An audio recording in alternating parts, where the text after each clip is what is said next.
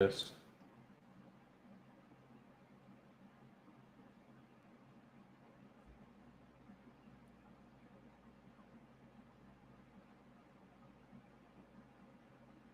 Good evening, everyone, and welcome to the zoo. The minions with me this evening are Functional. Hello there. And Adam. I hate you! You hate Jews. That's a bit anti-Semitic there, Adam. Come on. Whoa. So- Current year, Adam. What Yeah. is I You was have to say that you trying hate white people, and then just when you say that you hate white people, what you really mean is that you hate a certain minority of white people. That you then attack in the middle of New York City for no fucking reason. To include, you end up decking a beloved childhood, or a beloved actor from most people's childhoods, and nothing happens to you afterwards. So, it's a big night, Sanguine. And he was Spaceballs. yeah, he was in Spaceballs. He was in Honey, I Shrunk the Kids, Ghostbusters, so many good movies. And he left acting for all the right reasons. His wife had just passed away. He went, I've made enough money. I can live rather happily off the amount that I have. And my children really need a parent at home. Yeah, he needs to fill in for both roles now. So, yeah. Yep. So he did the right I'm thing. going to support my children, make sure that they have the best life that I can, and I can live off the residuals that I'm currently getting. And if at some point I decide to come back to acting, I decide to come back to acting. If not, then I just live off what I've made. You're welcome, by the way. Yeah. Another great Canadian export. We're sorry for Celine. We're sorry for Justin. But, I mean, you got Shatner. You got Rick Moranis. You got early Jim Carrey. I mean... I was about to say, early Jim Carrey is now late Jim Carrey, so I don't think... No, I'm talking early Jim Carrey, like, what's it called? Fire Marshal Bill! Let me show you something! Yep. You know, from In Living Color, like... Thank you, Magato, for popping by and saying happy 2000. I was just about to bring that up, but it is a Friday, so I'm the keeper for this evening. And also, I realized a bit ago, because people started pointing it out before I was setting up the stream, that today is the 2000th show for Minions of the Zoo. Yay! Which is a hell of a run, I think. Yeah, that's 10 years. I don't think you have your math correct there. What? 10 years? Isn't it? 2000? How many days are in a year? I'm not sure. I'm afraid we need to use math. Exactly. 360. Okay. Let me quickly.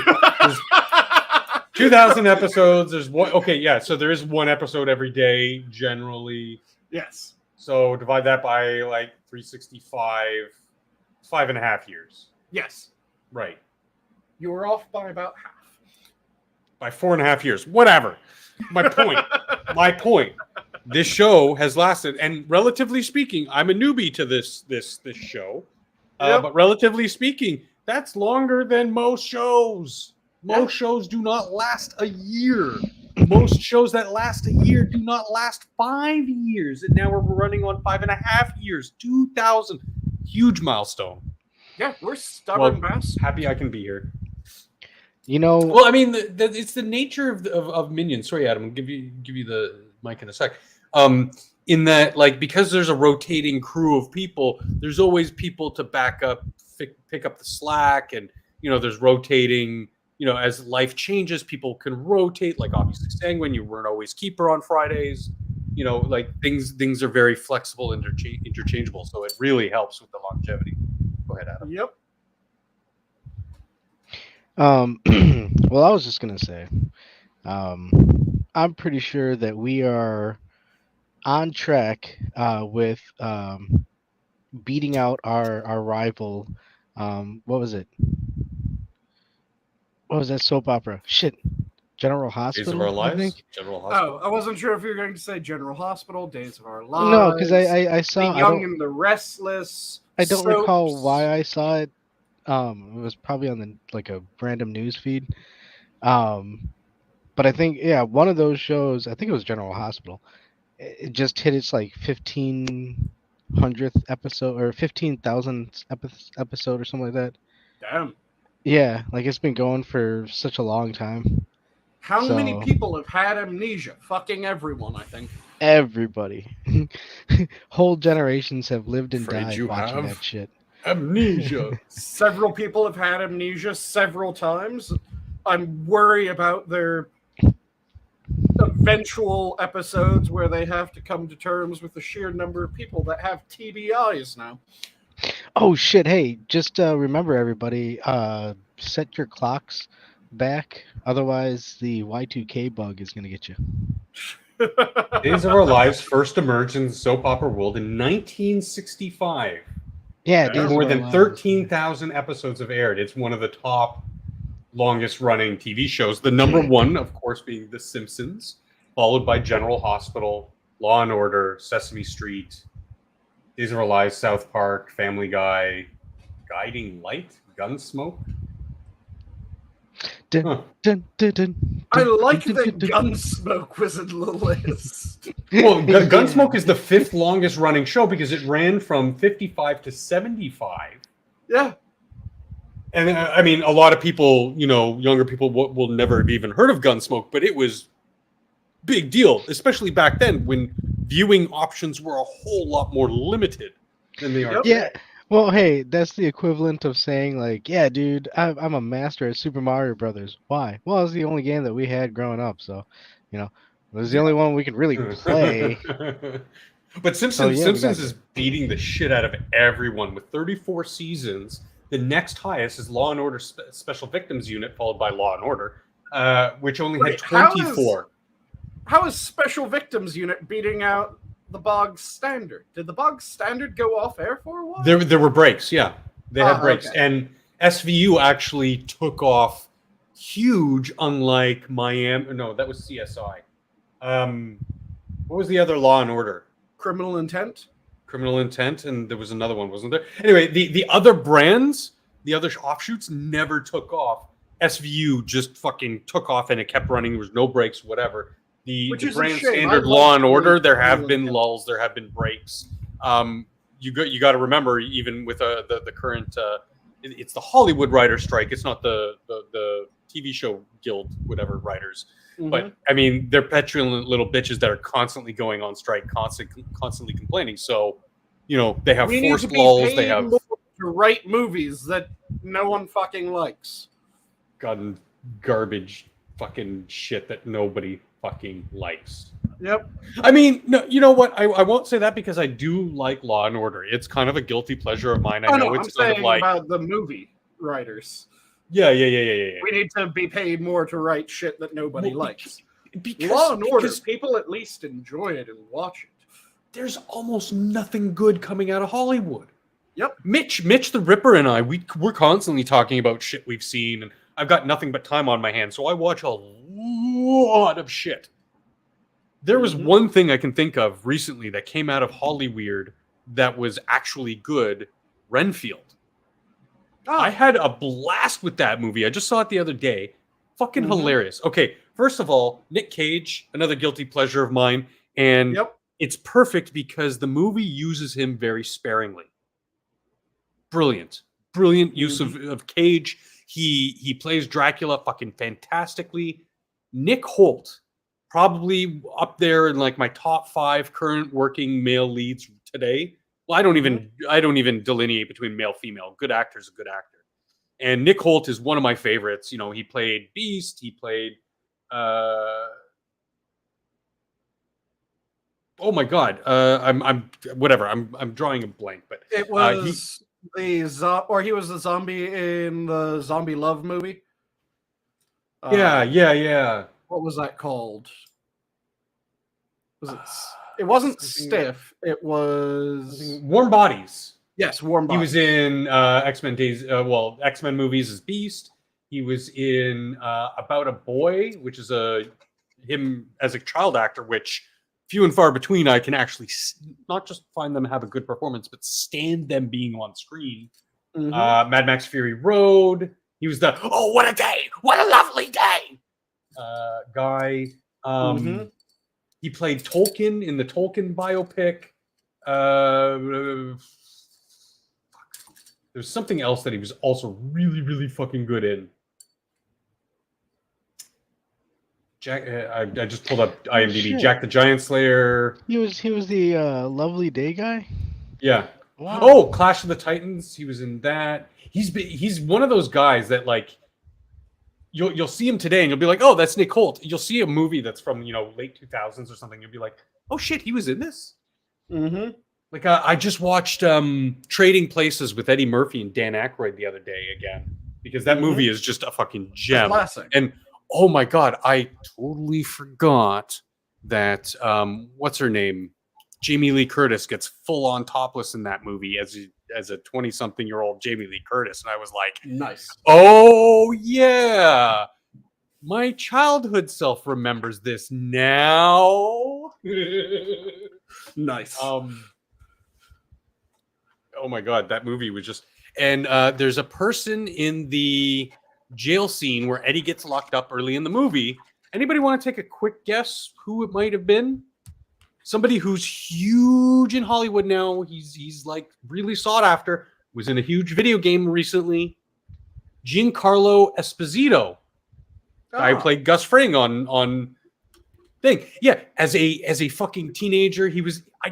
It blew my mind. I'm like, holy shit, that's Giancarlo Esposito. And he's, this like 19-year-old punk kid, looks skinny like a bean. Hilarious. Hilarious. I love it when you find these little nuggets of actors. And to bring it back to Law and Order, something that's been huge within those kind of crime drama shows, CSI, Law and Order, you'll get all these actors who you'll see now in movies and you're like, holy shit, this is a multi-million-dollar actor. You'll see them like 5-10 years earlier on one of these episodes of SVU or something. And you're like, holy shit, what's his name? Dead body number 5? God damn it. Rape victim number 2? Yeah. But I always enjoyed Criminal Intent more than SVU. I think it's because it was a little bit more like psychologically driven, more intellect driven. Because you're dealing with a lot of philosophical, psychological stuff as opposed to, well, he's just a dirty rapist. And also just, I hate sexually based crimes in general. They are the most aberrant crimes to me. And the number of times that it's this child, and I'm just going, okay, find something different. Yeah, it gets hard. Phrasing. It gets very difficult to watch sometimes because of the nature of the program, which I think, it lends to the credence of the show because it's a lot of art imitating life, imitating art kind of stories. You do get the occasional, okay, they did the Jussie Smollett thing where I'm like watching it the entire time going, you fucking assholes. You're just completely and utterly bastardizing. Smollett and the, what was it? They did the Incel one and they did the Gamergate one. Oh, the Gamergate one was so fucking funny in its absurdity. It was so funny. Yeah, but the problem is people were taking it seriously. Yeah.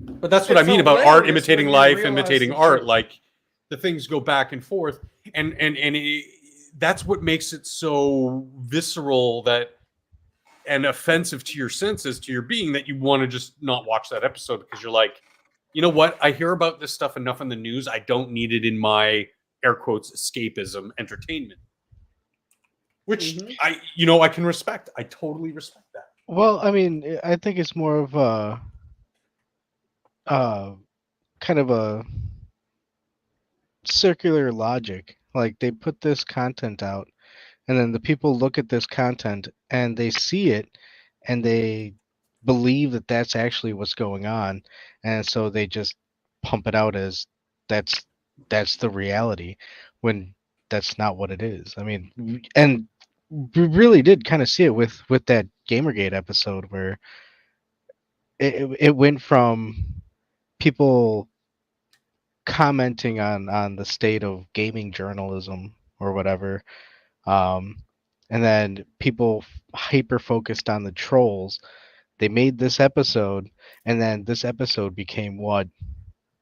Oh my god! Myth was. Yeah, this is what is actually happening. It's like, well, no, that's the same with Comicsgate and all these. This is, I mean, this is modum operandi for these people. This is how they do it. They paint this boogeyman picture and they plaster it over people. I'm glad there's groups that are wising up to it. I mean, Yeah, there's it only- seems to be getting more fractured, that approach now, which is good. It took way too fucking long. It still isn't completely shattered, but you can it's see at them least better crashing. now. You can see them crashing on the cliffs with like things like Warhammer Yep. because they where they're still constantly gatekeeping. they constantly try and get them, but the Mhm. Warhammer community is just like, yeah, no, no. Even with the company itself releasing the now infamous statement, Warhammer is for everyone, yada yada yada yada, the community said, "What? No, no, no, no, no, no, no, no. See. If somebody wants to come into our, and I deign to use this word because I fucking hate this word, into our fandom and want to be a part of it, you're more than welcome. We don't care what your skin color, who you are, whatever. You want to come in and throw dice, throw down, talk lore, geek out, have at it, Hoss. You're welcome. If you want to come in and change things to fit your personal bullshit, whether it be changing lore or how things work or whatever, then no, there's the door. That we are going to man these parapets. You are not getting past this wall. And this is something that drives me crazy because I've talked about this before, where nothing should be for everyone. Everything should be for people that enjoy it. So, from Soft Games, the Soulsborne games, as most people they do it too. Group them now, where they're hard games. They're designed to be hard games. There is no easy mode. Get good or get fucked. That is the mentality. Play Cuphead. Or wait, no, you can't play Cuphead because you suck. Because you can't even get past the tutorial. Okay, here's a I don't with a diagram behind it. Hold on, Sanguine, and you'd probably be able to conjure something up from this, but here's a broken thought process. It would be like an equivalent of like what flan or crepes aren't aren't these two dishes something that you have to take good care of being able to I think you're prep? thinking more of a souffle. Souffle, because souffle are notorious for collapsing. Yes. And it's so like you'll make a beautiful souffle and then you'll close the oven door a little bit too hard and it just fucking implodes. It's more science than culinary at that point, yeah. Yeah. You need to be very gentle with it. You need to get everything just right, and then you get this beautiful, light, fluffy souffle. If you disturb it at the wrong fucking time, if the temperature is off, if you look at it wrong, the fucker will collapse in the center. But yeah, souffle. yeah, I'm not sure how I was trying to equate it to the conversation, but yeah, souffle. So is if you try to make anything for everyone, doesn't matter what it is. Functional. Pick a genre. A movie genre. Horror. Okay, so if someone's making a horror movie, And then one person comes over and goes, man, I see that you really love horror movies, and I know other people really love horror movies, but this horror movie, I would enjoy it more if it had romance. And then you'd be able to get everyone that's interested in romances into the movie as well. So they start trying to make the horror movie a horror romance. And then someone else comes over and goes, you know what? Comedy is what I really like. If you can make this movie a comedy on top of what you're currently making, then that will really get my butt in the seat. So they try to make a horror rom-com. And then someone else comes over and goes, I really fucking love explosions and guns. And they fire their director and get Michael Bay. Well, hold I on. want to have full-blown hand-to-hand martial arts and gunfights in this movie. Can you get those in? So they start trying to make a horror movie, rom-com action movie. And then someone else comes over and goes, I really like period pieces. So can you set this all in the 1700s? So now you have a horror rom-com action movie set in the 1700s. Someone else comes over and says, I really love dramas. Can you make this dramatic? So now you have a horror rom-com action movie drama set in the 1700s. Someone else comes over and says, I love cartoons. Can you make this cartoon? You have a horror action movie rom-com drama that is set in the 1700s and the entire fucking thing is animated. Someone else says, I fucking hate cartoons. Can you get rid of the cartoons? So now someone's asked you to make it a cartoon and not a cartoon. All right, so having that, I think we have plenty of examples, like real life examples out there. But one that comes to mind is the Batman series. After the second one, Batman Returns, they altered it because, I mean, the long and short of it, it wasn't selling enough kid toys, right? It was too dark. So they went a whole different direction to try and placate towards a whole audience that really it wasn't. I mean, it was Batman. Yeah, I mean, you think Batman, it was, children's comic, but again, that's where it gets to the muddy, because it's like, oh, it's comic books, it's for children. He was a detective, it was a detective action comics, and the original, or the initial two movies that preceded it were darker in tone, so you should have continued with that. But because they weren't able to move the toys, and McDonald's and whatnot, they went with the goofier, oh, let's make it like the TV show. And you see the change because they're trying to appeal to an entirely different audience. And the thing is that when you have that change, you're not only not going to attract the new audience because it's a bastard now rather than what they actually want, you aren't going to maintain the interest of the old audience. Because if someone fell in love with your dark, gritty series, and then suddenly you have Princess Sparkle Ass come out, they aren't going to be going, oh yeah, I really love that moment when Princess Sparkle Ass came out. No, that isn't how it works. The horror movie example that I was using, the moment that you went past, you can get normally up to 2 genres. If you're really fucking good at writing, you might be able to get 3 genres in something without it. It has to be. It has to be a part of the intent of the original idea of the thing. To your point, you cannot pander. You cannot. It's evident when they reskin scripts. When they have a script for, let's say it's just for an example, a Western, and this entire show was meant to be a Western, but then they skin it with the veneer of like a sci-fi show or something like that. When its original intent, it's kind of evident. I'm not saying it doesn't work or it does work, because there have been instances of both. But I'm saying it's evident. You can tell that the script was not the original intent of the script was not for it to be science fiction. You can tell it was meant to be something else. There's something in you as a moviegoer that kind of sets off this weird tone. Because to your point, something like Army of Darkness, period piece, comedy, horror, romance.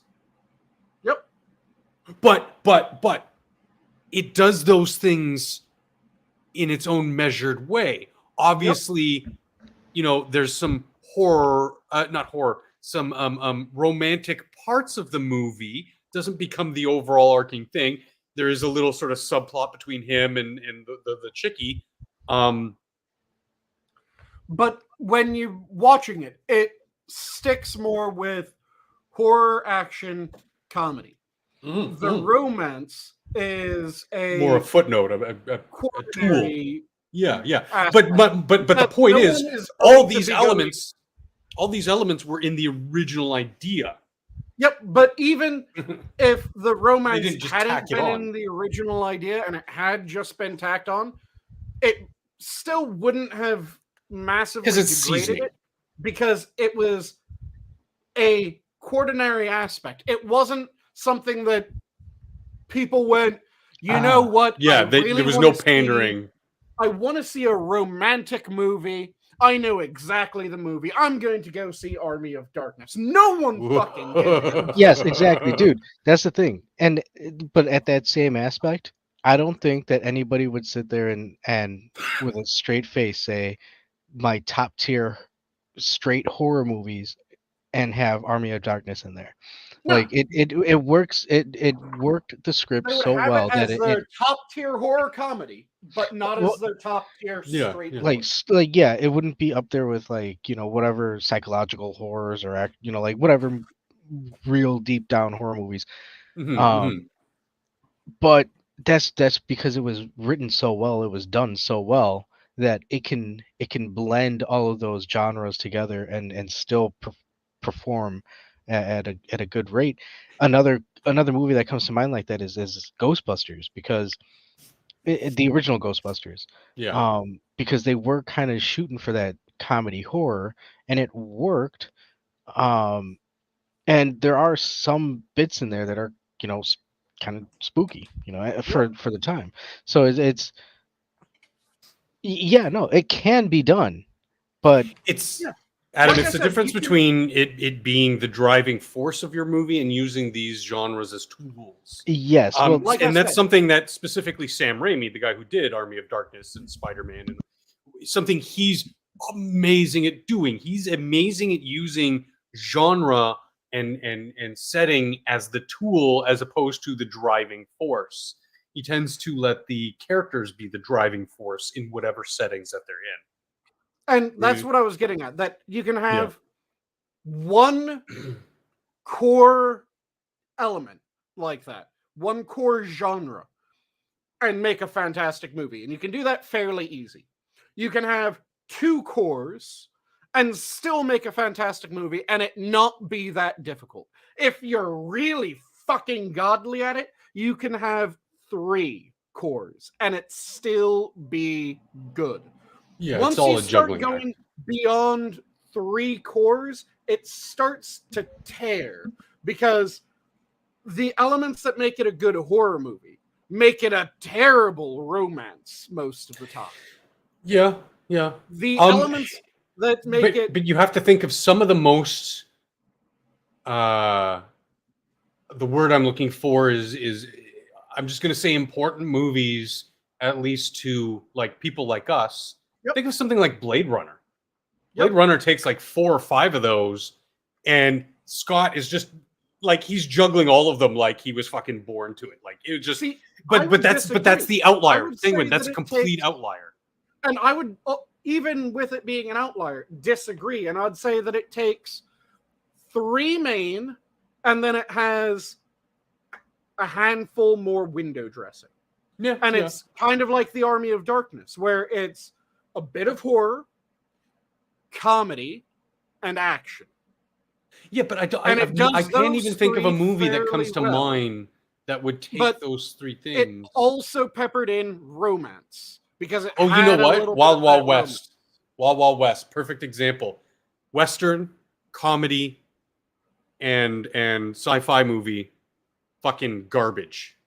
Yeah, which It is was what I'm funny. saying, It was a funny movie to like. This is funny, but like as a movie, no, just yeah, no. if you don't handle it well, then it become the more that you add in, the easier it is for it to be bad. Yeah, So keeping it simple, keeping it with one, you can make a really damn good Western that is just a straight Western. And you can make a really damn good one without being the most amazing writer. As long as you get the setting, you get what you're making. And do then, that one like I said, thing extremely well. Yeah, yeah, and like I said, you can have additional aspects that are peppered in, but they aren't the core. So you have classic westerns that, yeah, they have a romance in it, but the romance isn't the plot. yeah. It's It's seasoning. just that the main character has this one woman that he makes doll eyes at every so often. That isn't the fucking point of the movie by any stretch of the imagination, but it's still shows there. that he's human. Yeah, Yeah. Dude, I just thought of another, to quote the doctor, seasoning. And it's like a silent, tasteless, a tasteless and odorless seasoning. One that Onions? is, it's like what is it? Iodine powder. Iocane powder. Iocane powder. Iocane. Yes, it came from a Sicilian.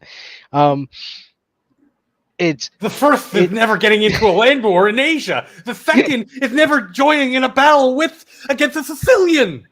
When death A is battle on of the wit. line. Death is on the line. I can't believe I forgot that. Oh, yeah. One of my favorite movies of all time. Well, yeah, the poison seasoning is dating.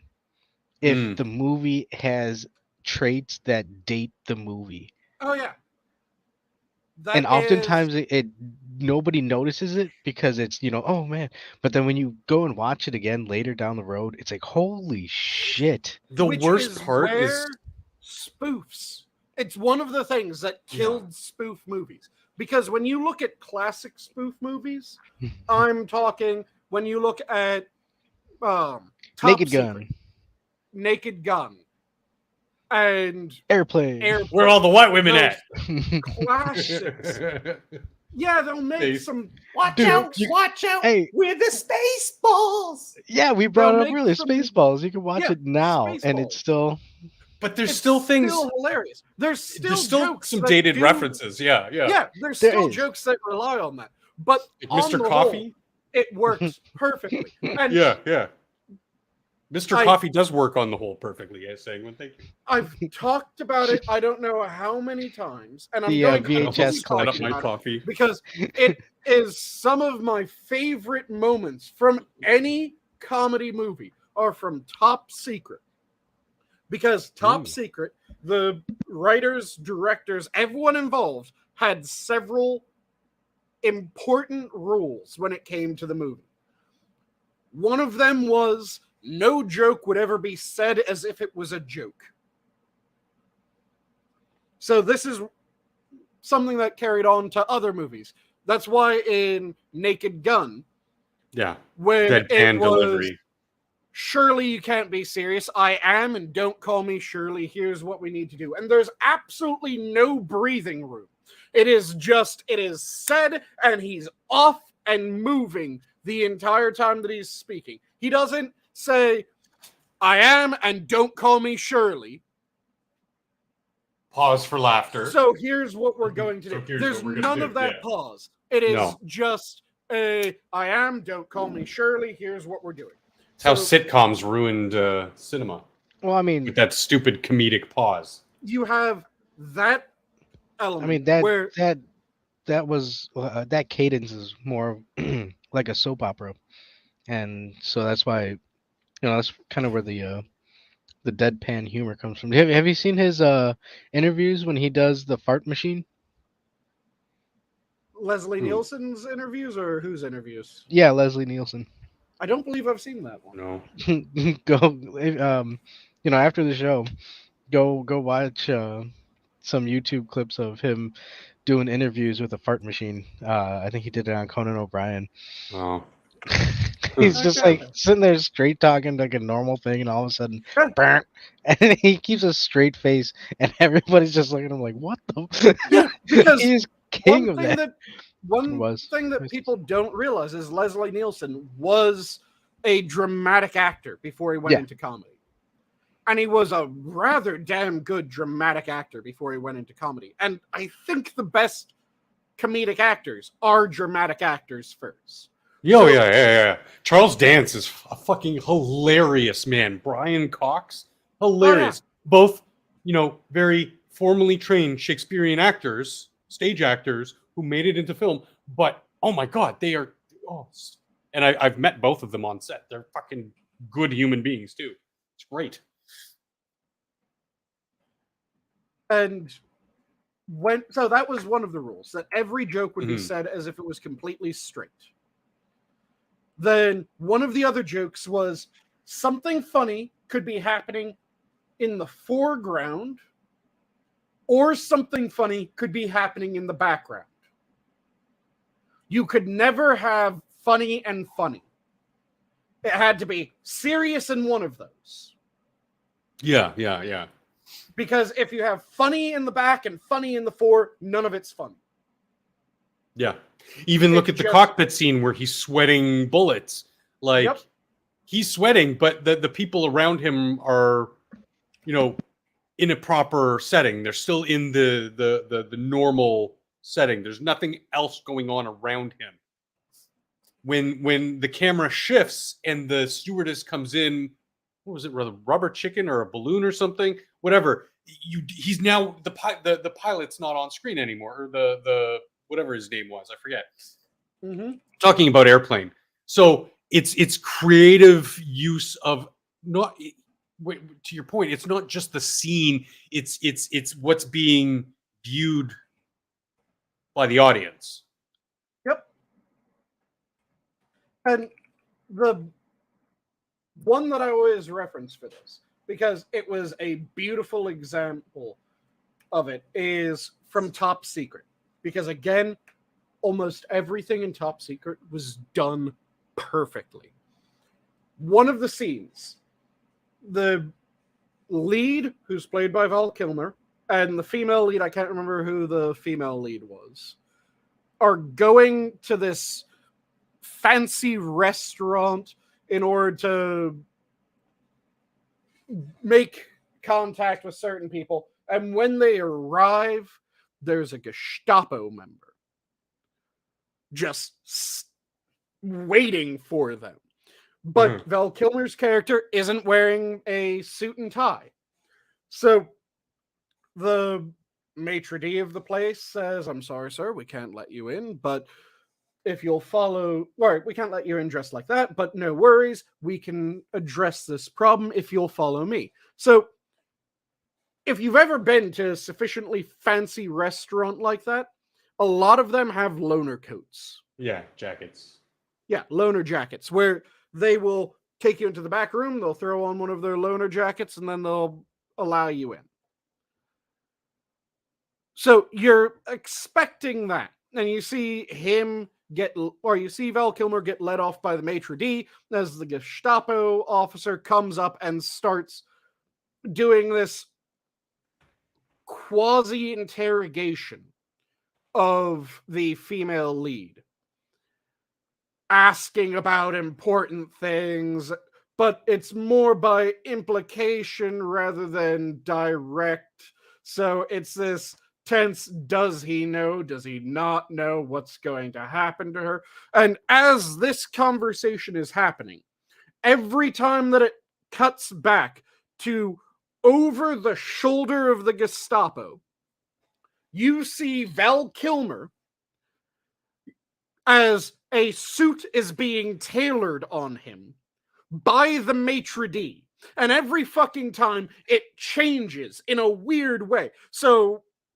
the first cut, it's just the maitre d' has him do the T pose so that he can get the measures, and then it cuts back to the woman asking the question, and then it cuts back to the Gestapo, and over his shoulder you see Val Kilmer stripped down to white boxers with red hearts on them, the classic cartoon boxers. It cuts away to the woman as she responds. It cuts back over. He's in a deep sea diving suit. It cuts back to her answering a question. It cuts back. He has like 15 people just trying to get clothing on him. One of them is strangling him with tailor's tape. It cuts back. Every single time that it cuts, it is just this weird scene going on behind this. So you have this deadly serious moment of, does the Gestapo officer know what's happening? And in the background, you just have this, what the fuck is going on back there? And it is perfect. That's one amazing example of it. Another is from the climax of the movie. I won't go through everything that happened, but at the end of the movie, there's the massive climactic fist fight between Val Kilmer, the good guy, and the bad guy that they've been dealing with the entire movie. And they start off on a train, and they end up knocking each other out of the train.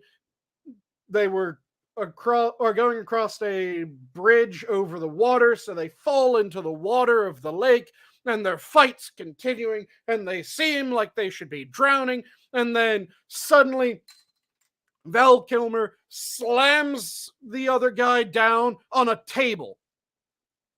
What the fuck? Where did this table come from? And then he tosses him over onto a bar, and there's a bartender polishing a glass underwater, standing behind the bar, and he's dressed like it's the fucking 1800s. And Val Kilmer gets tossed off, and he falls backwards, and he falls onto a poker table where a bunch of cowboys were playing poker, and they start getting pissed off, and there's a saloon fight at the bottom of the fucking lake. Again, fantastic, hilarious moment, because it's this very tense moment that most movies give breathing room. They give this tension. And because it's a comedy, they went, fuck it. No, this is when jokes come in. Fuck you. Yeah. And it's amazing. And that was one of their rules. That you had the joke in front, or joke behind, or joke behind, or serious behind, joke in front. And then one of their other rules was, when a joke would be the most inappropriate to make, that's exactly when you start making jokes. Yeah, like the scene in the Nazi command center where, you know, you have very serious goings on in the background, all sorts of officers doing a thing. In the foreground, there's a telephone and it's ringing. Officer walks across the room, looks very serious, looks like it could be out of a, you know, docu-series. Everything going on is very serious. But you notice as the officer goes to reach for the phone is about 4 times the normal size. That's the comedy. But everything else playing out around it is dead serious. It's you know, and you know, even back then, yes, they were very good targets of ridicule and comedy because they are a big bad in our history, in world history, human history. But that's what makes it so much more effective when you do insert the joke there, because like you were saying, the most inappropriate time is the best time to throw in the joke. And it's those little things about Top Secret that are just gorgeous. Yeah. And it was the same thing with Naked Gun. Because Naked Gun, when did a shit ton of jokes always get popped? Right at the very end, during the serious chase and gunfights that would always happen. So there was the Naked Gun classic of you would see Drummond pull out his gun, start shooting at someone, duck behind cover. The other guy would pull out his gun, shoot back at Drummond, duck behind cover. Then they would be sharing or just firing shots back and forth. It would be these very tight shots, and then it would zoom out, and they're like 4 feet across from each other. Yeah. Each hiding behind something that can't stop a fucking bullet. It wouldn't be able to stop a BB, never mind a bullet. Yeah. Yeah.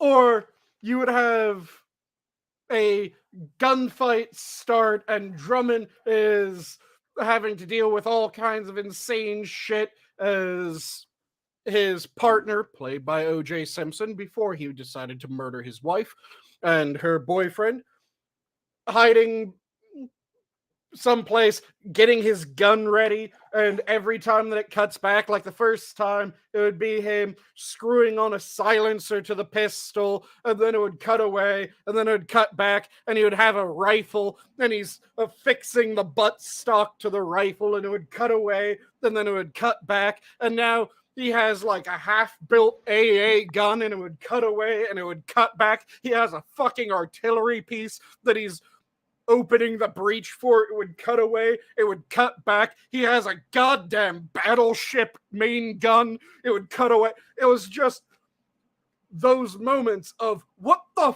fuck at the tensest moments that would make you laugh your ass off. You like hard sci-fi, right? Yeah. Adam, you a fan of hard sci-fi? Hard sci-fi being like stuff that by all of our understanding of science and technology could very well happen. So it's very realistic in its application. Yeah. So I recommended a movie because I saw it the other day and it blew my mind. Very small movie. In fact, the first half of the movie takes place in one room. Don't let that dissuade you. I'm being intentionally vague. It's called Artifice Girl. Deals with something that we are dealing, and it came out last year. Something that, and I would recommend this to anybody, even if you're not like that huge of a fan of hard sci-fi, because of its relevancy and because of the love of the craft of film that these people put in. Very low budget, but a very poignant movie, very good, well acted, well constructed. Has Lance Henriksen in it, the only real person of note. And the it only was real person. The rest are androids.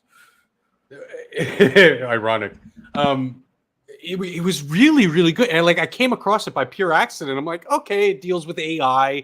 Let's see what's going on here. And the first half of the movie just had me spellbound. Just spellbound because, again, I'm a bit of a film guy, a film buff, a cinephile, if you will. So I take notice of these things, and it's just so well thought out, well crafted that without trying to ruin anything, at the beginning of the movie, that first half of the movie, I hate this fucking one character. By the end of the movie, I'm like, holy shit, she was the hero all along, kind of thing. Oh, I don't mean to ruin that. I'm just using very vague, vagaries. This is one of the things that pissed me off. Beautiful portrayal.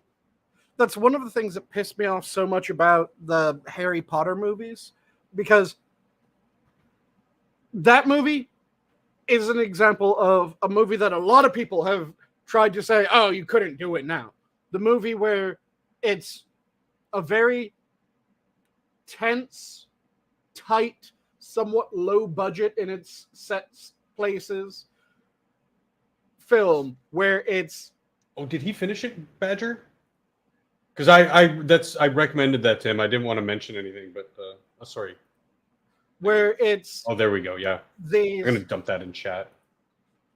It's the conversations and the way that things are talked about that really drives that tension. Another good example of this is the 12 Angry Men.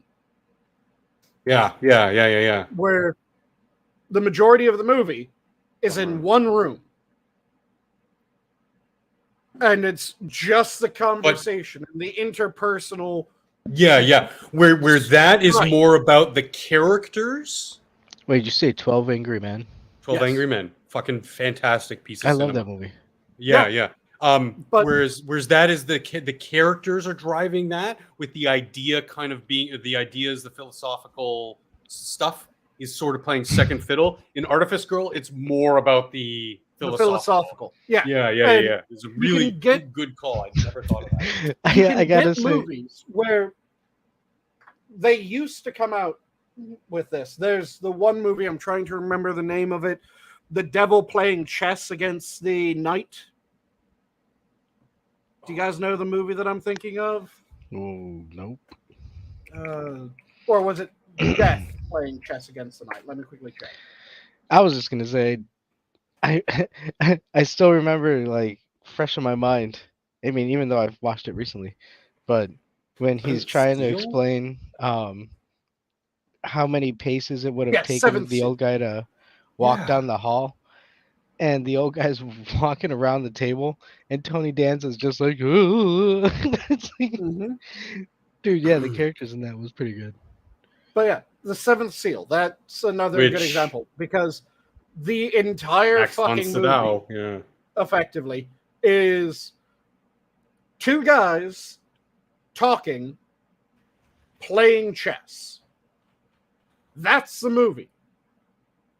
And I've heard a lot of people say, well, you can't do that type of movie anymore. And Bullshit. for that reason, they changed something that would have been amazing in the Harry Potter movies into something that was absolute shit. So, in the Harry Potter books, I think it was second to last book or something like that, there's this amazing scene in the book that was very well written, where it was the Prime Minister of England in his own office at 10 Downing, dealing with all the shit that had happened in the previous year. It's almost election season for him, and he has all these papers scattered around because this building collapsed, and he's getting blamed for that because they should have done something to maintain the building. A bridge collapsed, killing several people, and it's his fault because he should have done something. How the fuck was he supposed to do anything? It was examined last year. There was nothing found wrong with it last year. Why the fuck did it collapse? And he's just getting pissed off because everything is going to hell around him. And he knows he's getting blamed for every single bit of it. Mm. And then, out of the corner of his eye, he notices that his fireplace is acting weird. And he remembered meeting the Minister of Magic once before, and right before that meeting was when his fireplace acted like this before, and it was at the very beginning of his time as Prime Minister. Cornelius Fudge had come in and explained that magic is real. I'm the Minister of Magic. I keep everything calm. So this will probably be the last time that we meet until after your next election, where I will come back and say hello again and give you an update. This is before the election, and he sees this fireplace. So he's going, oh, what the fuck is it now? Fudge comes out and starts talking to the Prime Minister. Very quickly explains that he's no longer the Minister of Magic, that he's been replaced, but he's there to kind of smooth things over for the Prime Minister to meet the new Minister of Magic and to explain everything that's been going on. And it's this very tense scene where Fudge is clearly pained to admit, you know that bridge that collapsed? So I fucked up in the wizarding world. Someone evil and powerful has pretty much declared war on all of us, and I didn't let you know that includes you guys. Yeah, that bridge was from my side. It was a bunch of evil wizards. We call them Death Eaters. They attacked the Muggles. They decided to take out that bridge. And the Prime Minister's going, this is your fucking fault? And you know that building that collapsed or rather blew up? That was also another wizard. That one, they got into a fight with the Auroras, and in an attempt to get away, they were attacking Muggles originally, but fight with the Auroras. They ended up casting this one spell, blew up the entire building. They were able. That was you motherfucker! And this that was going, and every major thing that the Prime Minister had just been bitching and moaning about. Turns out that it was the war that the Death Eaters had declared against all the Muggles and all of the Wizarding world, which made this a much bigger conflict than it was ever presented before. Yeah, well, I mean, it's Harry Potter, so... Yeah. And then they took all of that was in the book, and it was done, again, amazingly. I recommend reading at least that scene. I think it was in the second to the last book, which was the Half-Blood Prince, right? It was the beginning of the Half-Blood Prince, if I remember correctly. This scene took place. It was fantastic. At least read that scene, even if you don't read anything else. That scene was very well done. So in the movie, for the Half-Blood Prince, they have this amazing scene in the book. What do you think that they did with this amazing scene that was in the book? Did they have this very tense, kind of darkly lit scene where it was a prime minister being talked to by the Minister of Magic, and the Minister of Magic having to explain, yeah, we fucked up so fucking hard, and we haven't even told you everything that's been going on because we've been trying to keep it a secret so that you didn't find out that we'd fucked up this badly? Do you think that they did that? Do you think that they had that nice scene where it made it so that the conflict was suddenly much bigger, that it was a threat to all of the Muggles? Yeah. All of the Wizarding world? In the movie, it was kind of just a passing line. You don't really... No, it wasn't even a passing line. They scrapped that scene entirely. Everything... No, that's what I'm saying. The scene was scrapped, but in the movie, it's a passing line. There's wasn't some passing even that. No, there was. I remember that because I've never read the books, but I do remember the line in the movie. It was a throwaway line, and you don't think about it. And now with you telling me that it was an actual thing in the book, I'm like, oh, okay, that would have been nice. See, I'm not the biggest Harry Potter fan. There was some good, I can look at it and be like, there's some good stuff here. Just wasn't a fan of it. It's not my personal taste, but I mean, that would have been an amazing scene to add gravitas to the grand scope of things. Because for the films, for me, it was like, why should I hate Voldemort? And the thing is that when I say that it wasn't even a throwaway line, I say that because everything that I just mentioned, the tower being blown up or getting destroyed somehow, the bridge falling apart, that was all shown in the movie. But it was all shown in a very specific scene. So in the book, these events had fuck all to do with Harry Potter. It was just the Death Eaters doing Death Eater shit against Muggles because they hate Muggles. Yeah. In the movie, it was all done in one fucking chase scene where Death Eaters were trying to kill Harry Potter, but they accidentally destroyed structures. So they took this massive, overarching war that was affecting everyone, and they went, fuck you, no it's not, it's all about Harry fucking Potter. Yeah. So it wasn't even a throwaway line, because everything that scene had done to expand the world and to expand the conflict and to make it so that it was actually a, oh shit, moment was done away with. And it was just collateral damage in a single fucking chase scene. See, I mean, I understand your frustration with it because it does sound like it's a lot better than the books. I never got through the books. I just was, again, not my thing. Oh, yeah, and I think again that sort of just infantile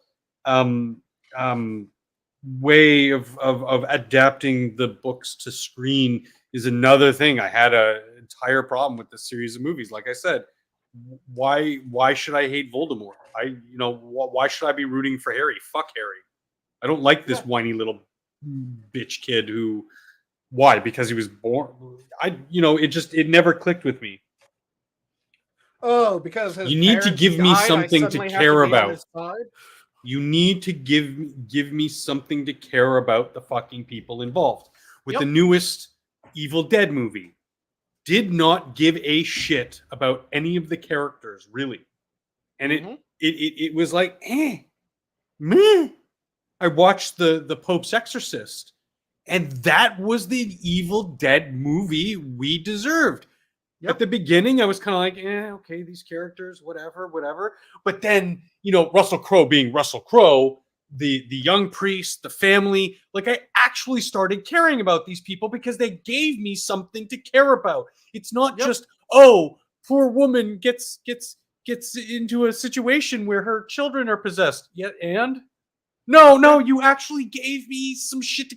Oh, Russell Crowe. He's not just Mary Sue of Exorcists. He actually is a flawed human being who he even though he's kind of like the main already sort of established guy, you still see that there's still some growth to be had in his character. Yep. And it gets kind of crazy at points. Like it kind of devolves into, this was based on sort of like the loose memoirs of an actual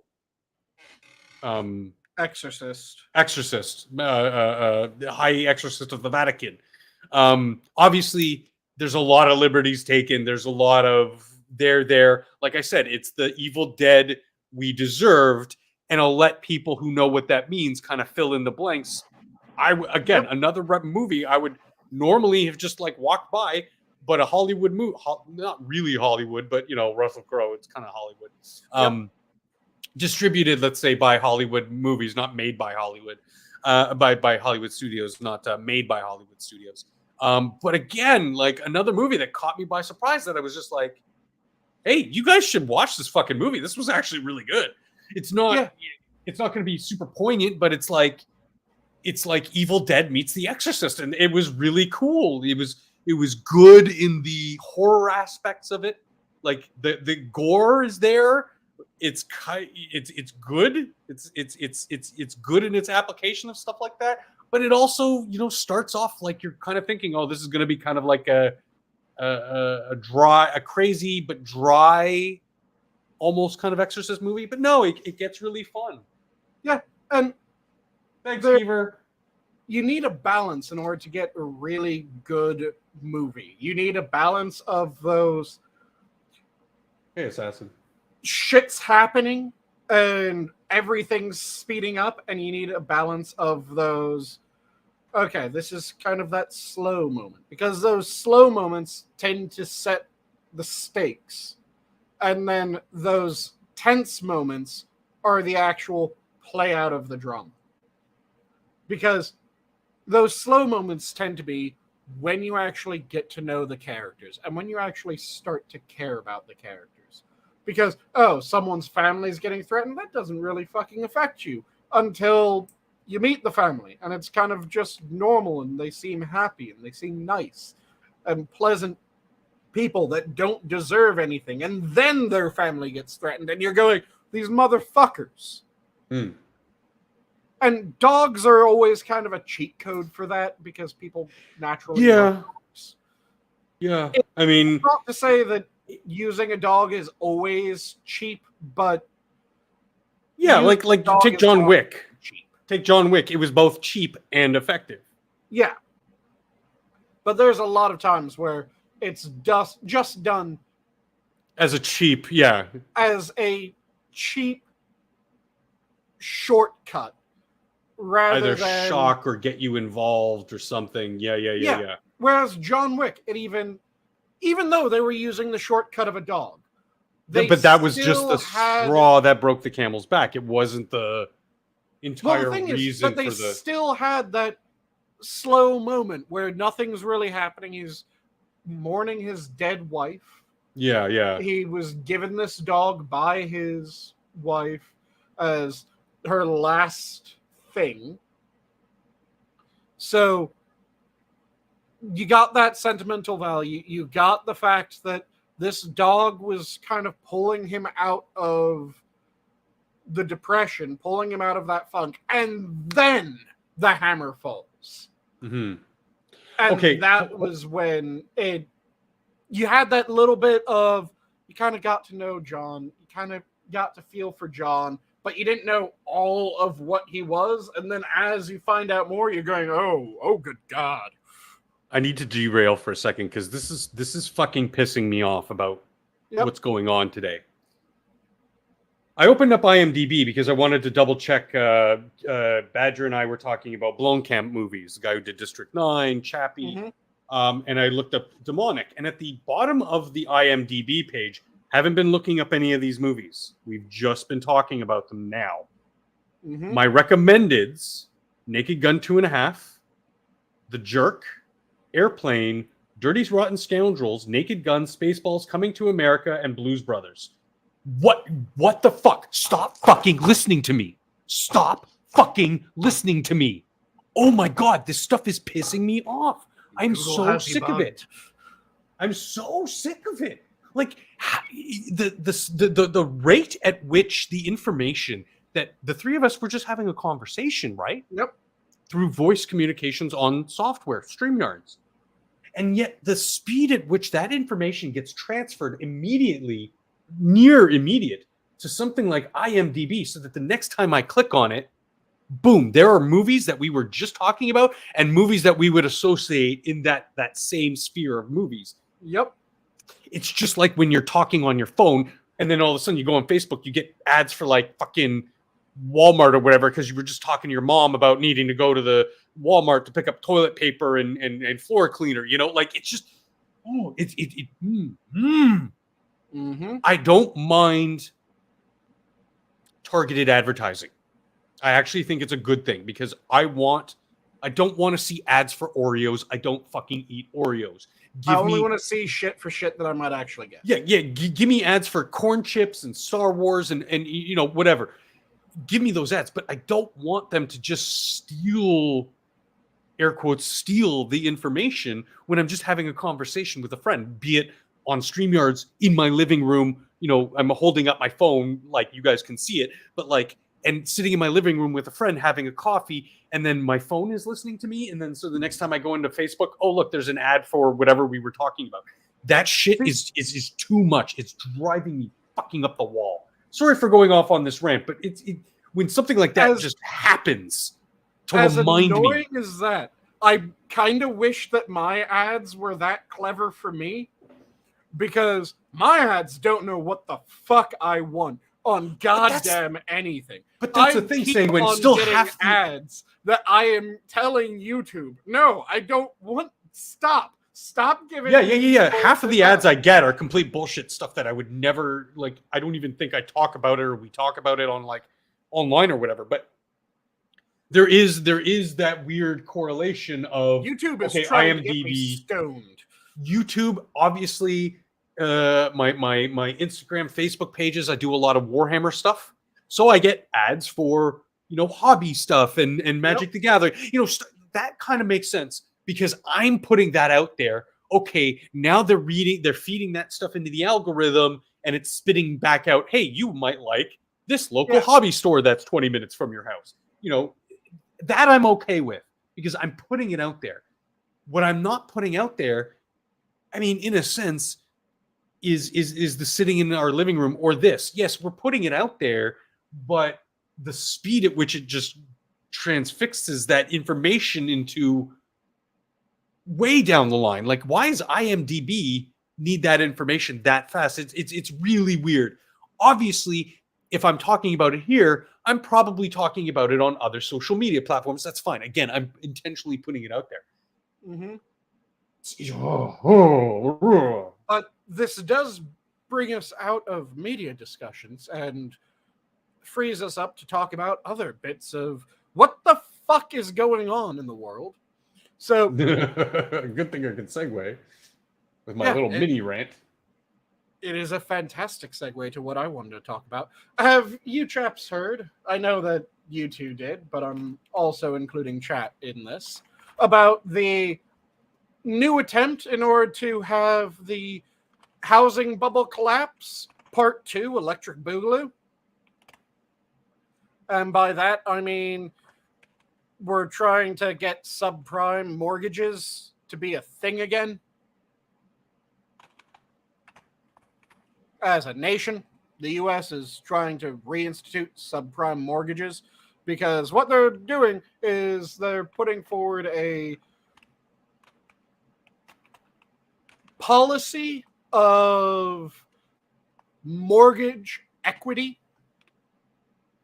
And this isn't equity that you're normally thinking about when you're talking about houses, where it's the money that you earn over time just having the house. No, we're talking about the bullshit form of equity.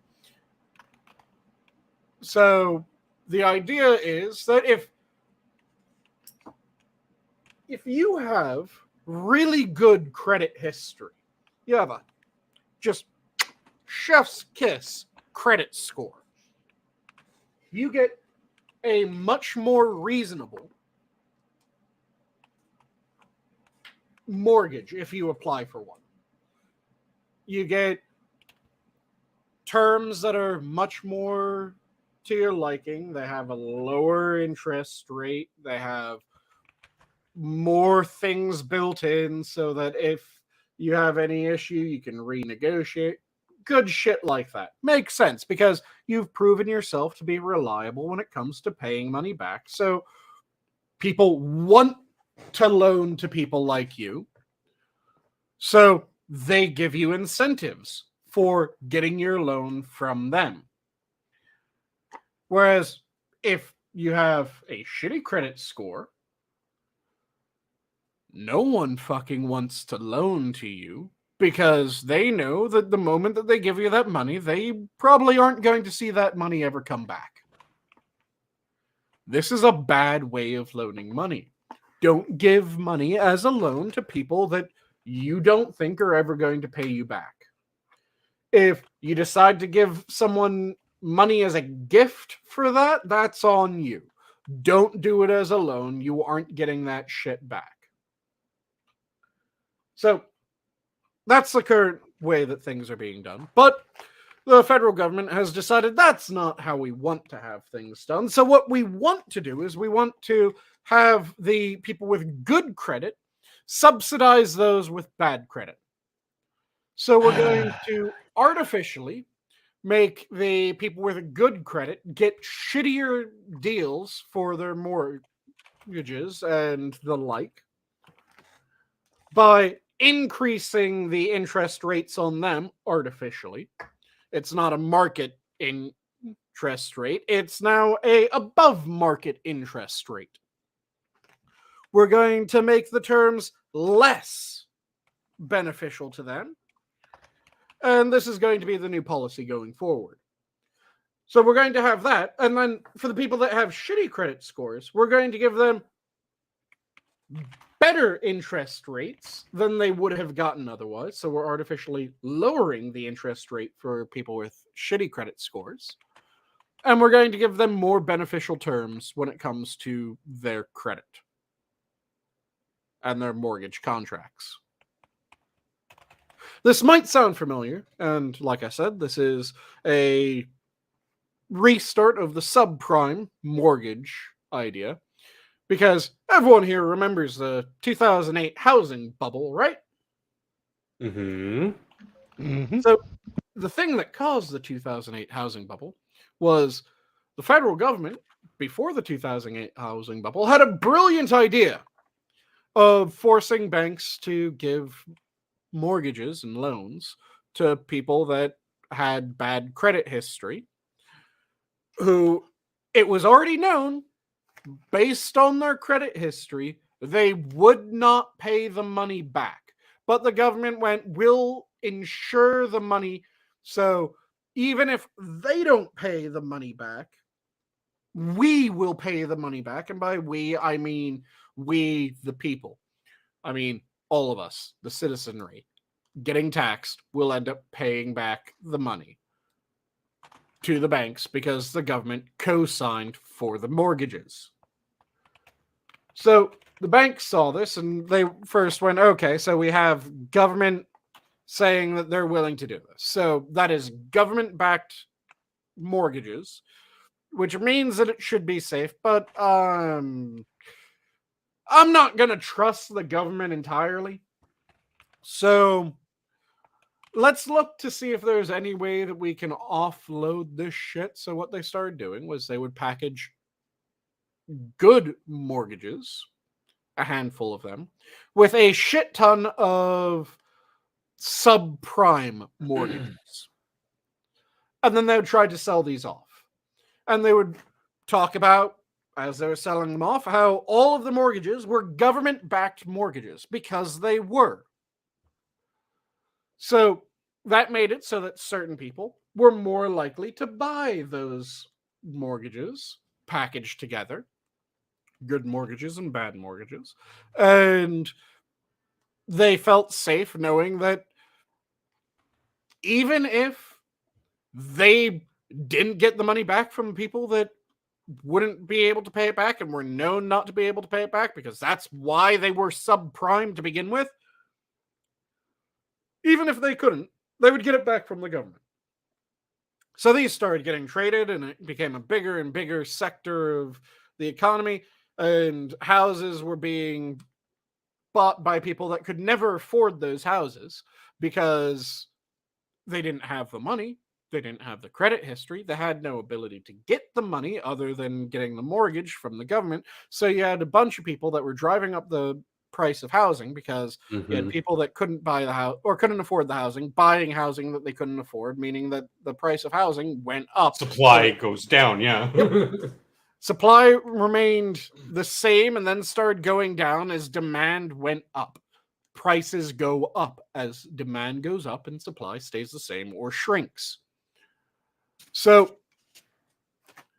this eventually led to the point where this all fell apart because it was a house of cards based on the idea that the federal government was good to its word and it would actually pay the shit back. Yeah, they called it a bubble for a reason. It popped. Yep. And all the shit went flying everywhere. It was Yeah. a balloon full of shit. So everything went to hell. People started losing their homes because, to be honest, the vast majority of the people that lost their homes shouldn't have had those homes to begin with because they couldn't buy those homes. Some of the people would have been able to buy their homes and lost their homes. Those people I feel sorry for.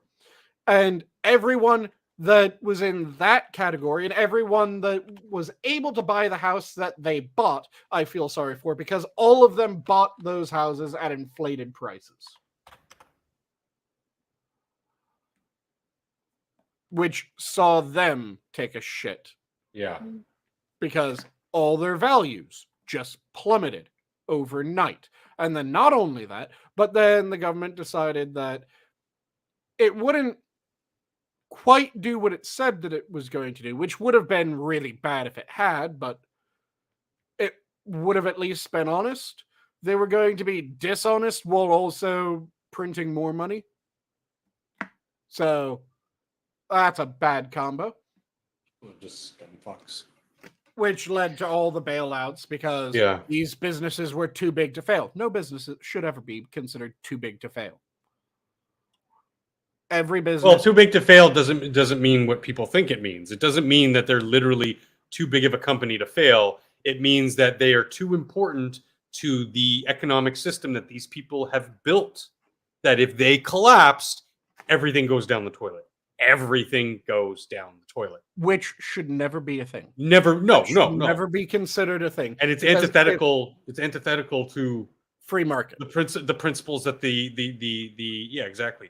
The principles that America was founded on. So that was what caused the 2008 housing crisis in a bubble. Or in a nutshell, rather. It was a bubble. Now in a nutshell. No, this is me in a Two nutshell. shells. Help, I'm not in a nutshell. But sorry. They're trying to start that up again by doing this mortgage equity horseshit.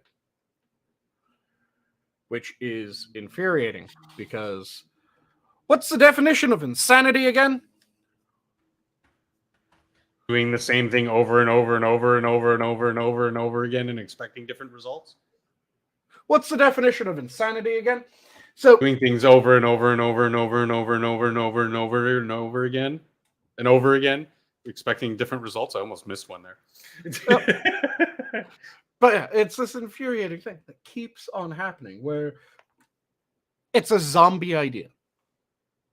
It sounds nice. It really sounds nice if we could get people that can't afford homes to be able to afford homes. That sounds lovely. There is a way of doing this, but no one wants to go about the way that you could do that. Because the way that you could do that is you build additional houses.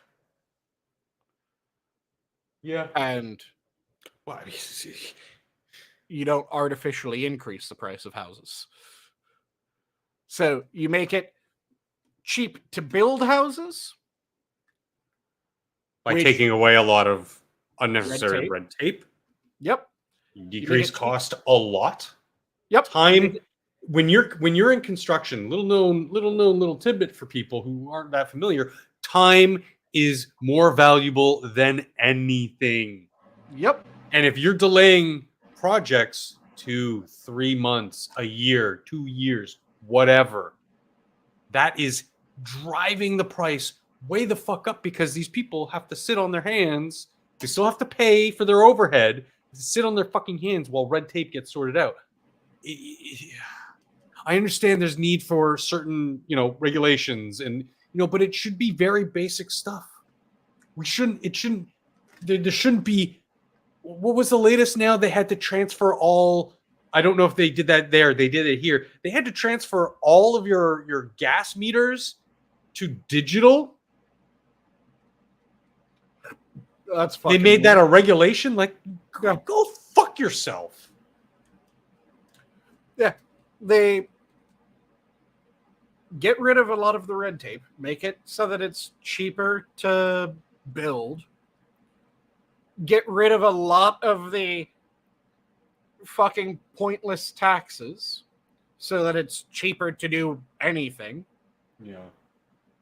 Get rid of a lot of your random spending from a federal government and state government level so that you don't have to print money, which printing money is a tax on fucking everyone. And it's Yep. normally a inverse tax. It's or not an inverse tax. It's a inversely progressive tax. So a progressive tax system is what people think that they want. You don't really want a progressive tax. Ideally, you want a simple tax, which would be a flat tax. But you can argue here and there for a little bit of a progressive tax. Maybe I still say flat's the best way of going. But progressive I'd say tax zero is on income. the more money that you make, the more money is taken from you, or the higher percent of Mhm. what you make is taken from you. Inflation functionally acts as an inversely progressive tax. So the less money you make, the more you're affected by inflation. Yeah. The more money you make, the less you're affected by inflation. So it's infuriating because these policies always create the same shit, and it just makes shit worse for everyone. The same song and dance, just another period of time. Yep. And I mean, I know a lot of people are like, this is design. I'm not fully on board, but it's hard to ignore the dots that are connecting from one thing to another thing. That this is all by design to fuck people over and rob them blind. Which, yeah, I mean, there's enough evidence there that maybe we should be having our own French Revolution moment of No, not what? French Revolution. Never French Revolution. Fuck the French Revolution. The French Revolution failed. The French Revolution has failed 5 times. They're on their sixth republic. I don't want to copy it. I just mean as a meme, Yes. I'm not going to say any naughty words, Sanguine, but the spirit of it, I hope you know what I'm leaning toward. I would rather American Revolution. has to kind of, okay, fine, 1776. It has to come back again that the elites that are doing all this by design need to pay. Trust me, I'm on board with that because look at my own fucking country. It's in our face. They're pissing in our faces and laughing at us. Mm-hmm. And, I'm not in a physical shape to do that. But if I was a young person, yeah, I'd be outraged. So I understand how they're then corrupting these people, these young people who are able to act on things and make movements. They're being corrupted by the wrong movements. And we all know what I'm talking about there. Yep. And I'm not going to say any naughty words. To fight the wrong things because they've been indoctrinated to believe the wrong things. It's insidious.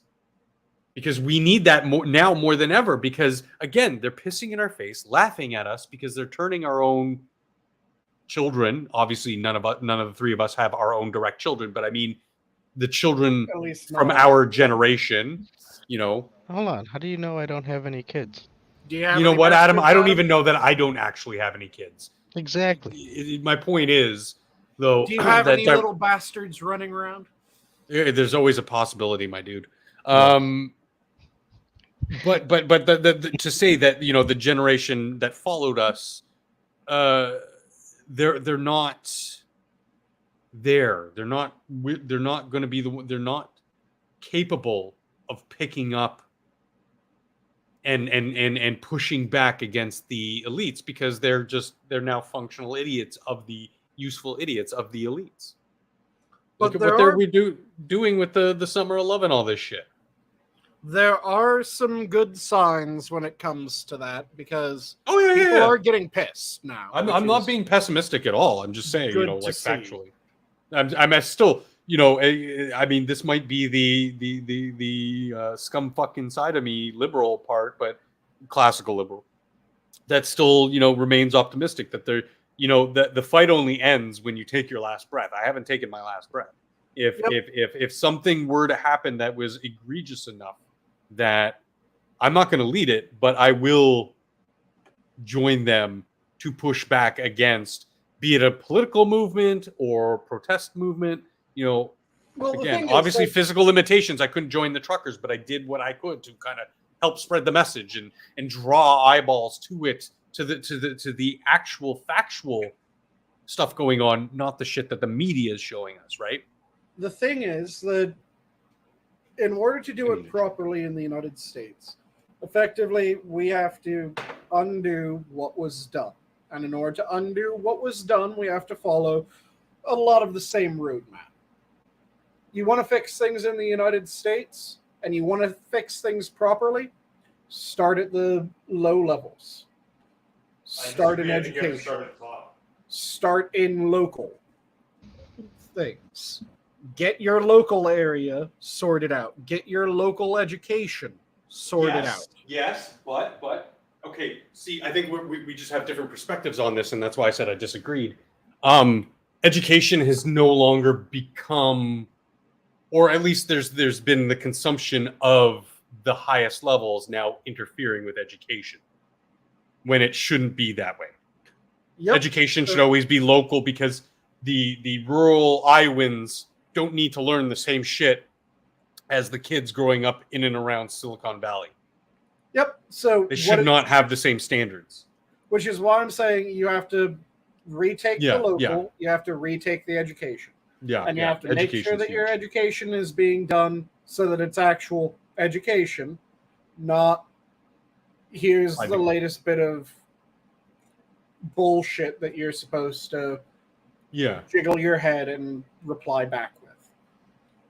So you give your attention to those things.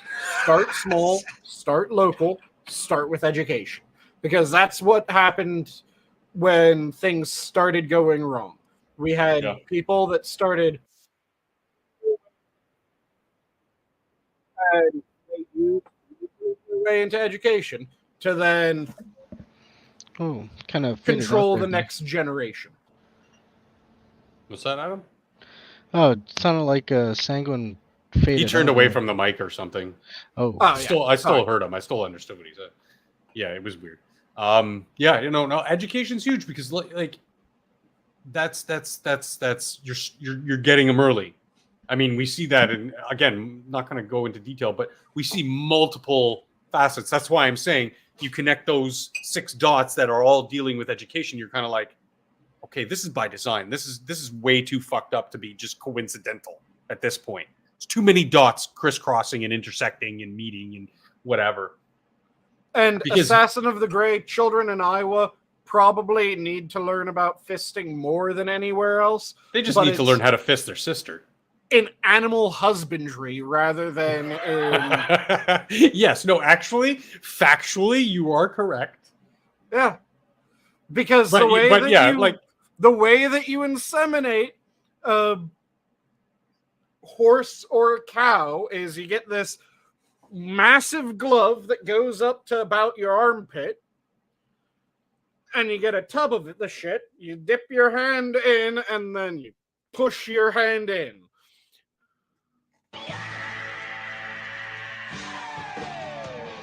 So farm children probably need to learn that more than anyone else.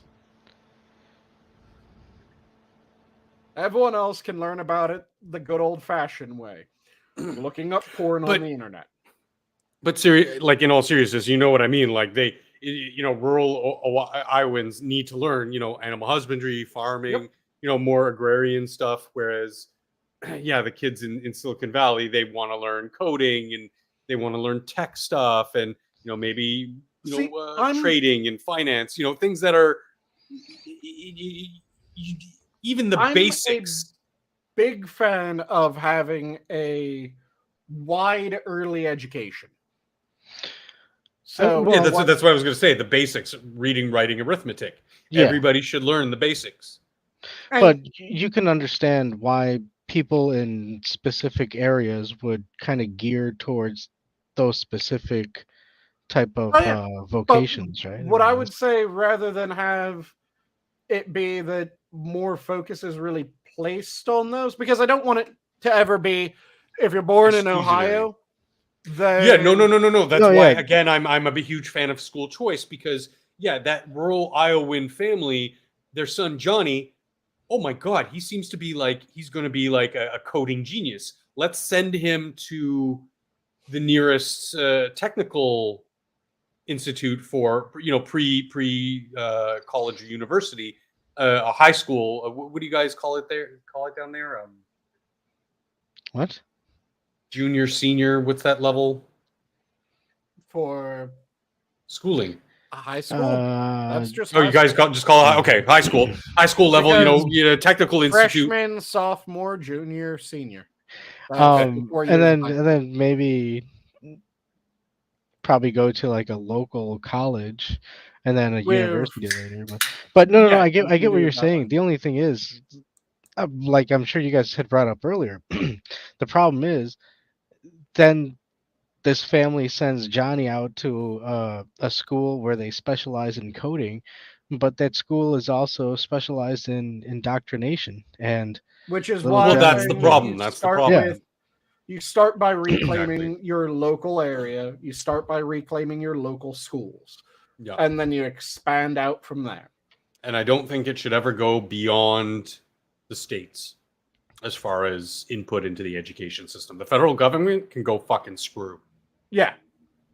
There should be nothing there except for data analysis. Yep. Which was, I believe, the original intent of, it's not the Department of Ed. What came before that? It was all just taking the numbers, the success rates. Wasn't it like the DES, Department of Education Statistics, or some shit like that? Something like that. And all they did was look at the numbers, and that was it. It was like a report to the president. Oh, well, education scores are off the hook in Washington State, but, in New Jersey, they seem to be lacking behind. Okay, that's interesting. And Kind of thing. There was no involvement there, but it was to say, hey, that state, New Jersey, who's doing poorly compared to somebody like Washington State. I'm just using the names. It's and no actual basis here. And to tell the governor of that state, hey, your state's a little bit behind. You might want to check on that. Okay. And then the governor would go and, try to think of something. And but that's where it ended. One thing that fucking everyone learns, in my opinion, which is everyone needs to understand marginal utility. Do you guys know what marginal utility is? I probably do, but I don't. Adam, do you know the term marginal utility? Kinda. So, marginal utility is something that applies to fucking everything in the world. Everything has marginal utility. Think of the most vital shit that you possibly can. It has marginal utility.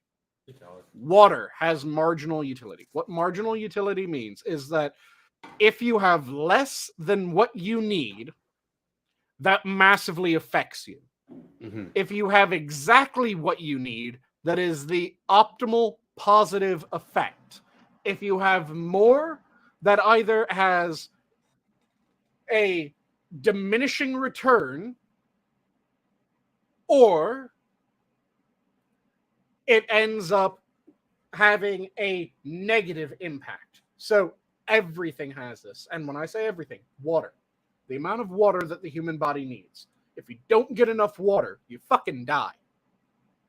Or you have a bunch of health problems. But once you reach the optimal amount of water that you should be having, if you go past that, it doesn't equal more better. And No. yes, I'm using that purposefully. I know that it's redundant as shit to say more better. And I know that In fact, it's the opposite. incorrect. You start getting diminishing returns. And then Well, it starts diminishing- negatively impacting. Yeah, you get diminishing return, and then it starts dropping off, and it starts dropping off rather quickly. Yeah, to the point where at the end of that scale, you drown. You've drowned. Because you Yeah. drink too much water. Yeah. Yep. Food, same thing. If you don't have enough food, that's a really bad thing. Yeah. If you have the right amount of food, that's amazing. Which is caloric intake spent versus caloric intake. Yep. If you have a little bit more than what you need, You're generally as the okay. optimal, you're generally okay. And in some cases, you might end up with a slight increase in your overall health for a period of time. It's just the way our bodies work because of fat storage and blah blah blah blah. Yeah. Yep. If you have a shit ton more, you're morbidly obese. And you've just ate yourself to the point where your body decided that you weren't allowed to have your foot anymore. So it has diminishing return. Everything in this world has diminishing return. If you're looking at how much money a position should make versus the market, when you reach the optimal price, you have effectively the most motivated staffing for that position that you could have at the most efficient price. If you go below that, you have your quality fall drastically. If you go above that, interestingly, your quality doesn't necessarily increase. In fact, many times it doesn't increase, and in some cases it decreases.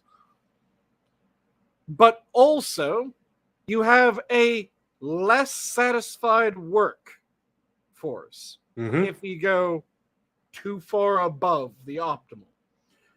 If you have below the optimal, you have dissatisfied staff. If you have above the optimal, you get bullshit notions like too big to fail. Yep. Every fucking thing. There's a marginal utility. So everyone needs to learn it. Everyone needs to know how to look for marginal utility.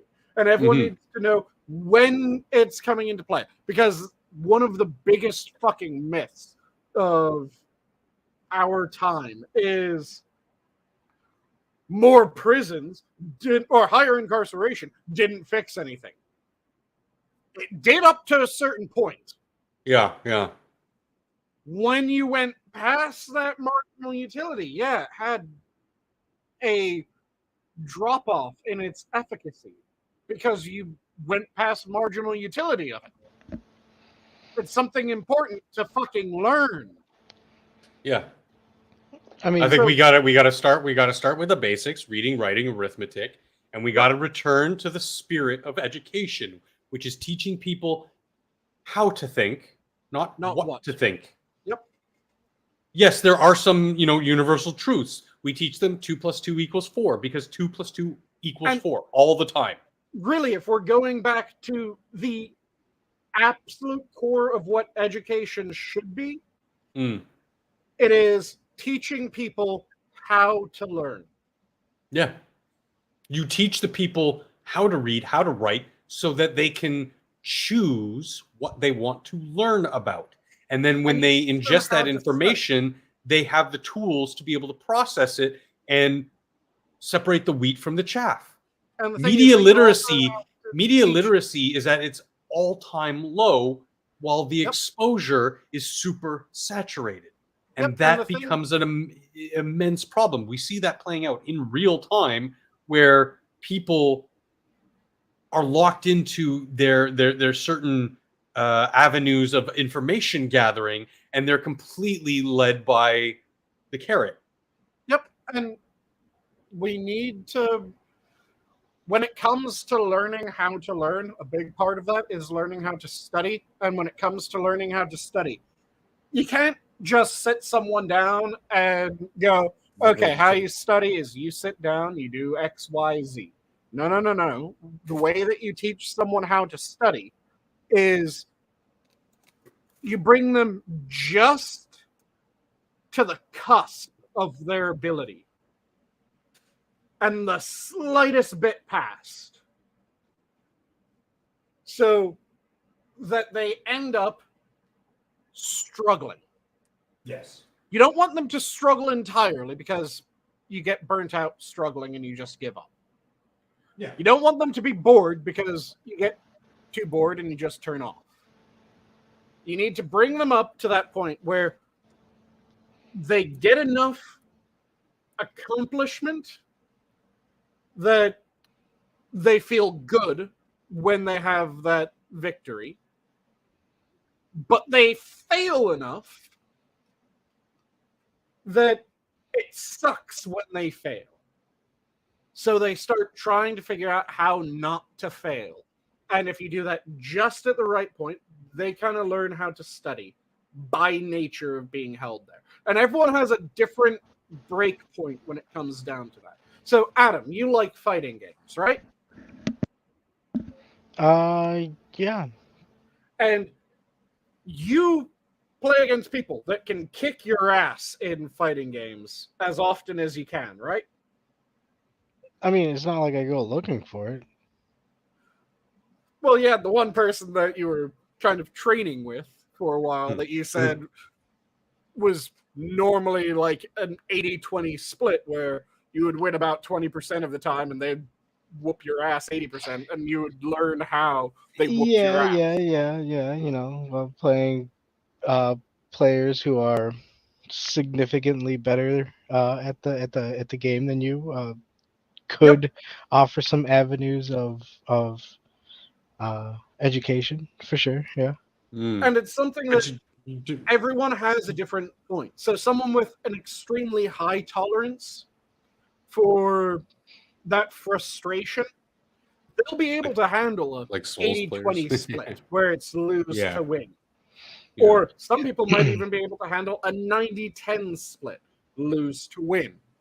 Most people probably a lot more comfortable in the 40-60 lose to win. Yeah. Well, just to add with the because I think one of you said something about frustration, and then what no Bloodborne, right? Yes, I This is- mentioned the Yeah, Soulsborne games and earlier. Soulsborne, yeah. Um, I think the difference though is if you're playing against the computer, it's one thing. You can get frustrated, but the computer is just going to be the computer. If you're playing against somebody in real life, here's the difference. Now, the person we were talking about tended to get very obnoxious while you played. So, you'd learn some stuff, but then it get the frustration came from, oh my god, dude, could you knock it off for like 2 seconds? Like we're They just were a trying to poor enjoy winner. some game. Yeah, Toasty! yeah. But I have this other group of friends that I play with. We play Tekken, and we're not sitting there jerking each other off, but at the same end, we're not sitting there, Hope not. constantly, well, not yet, but um, You have to get to know each other first. yeah, give us some time. It's only the second date. Um, You don't but just show up with your industrial-sized thing of coconut butter.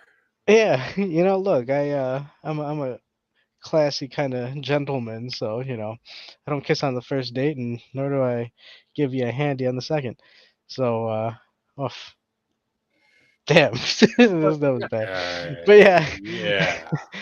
but that's the whole thing. And even with Terry, like I play against Terry on Mondays, and he's usually kicking my ass. But the demeanor when we play is not so much aggressive as it Oh is yeah, we're just fucking around and having a good and time. there's things that will increase the frustration. There's things that will decrease the frustration. So what you want Hmm. to do is you want to decrease the frustration as much as you can, and do that in the ways that you can.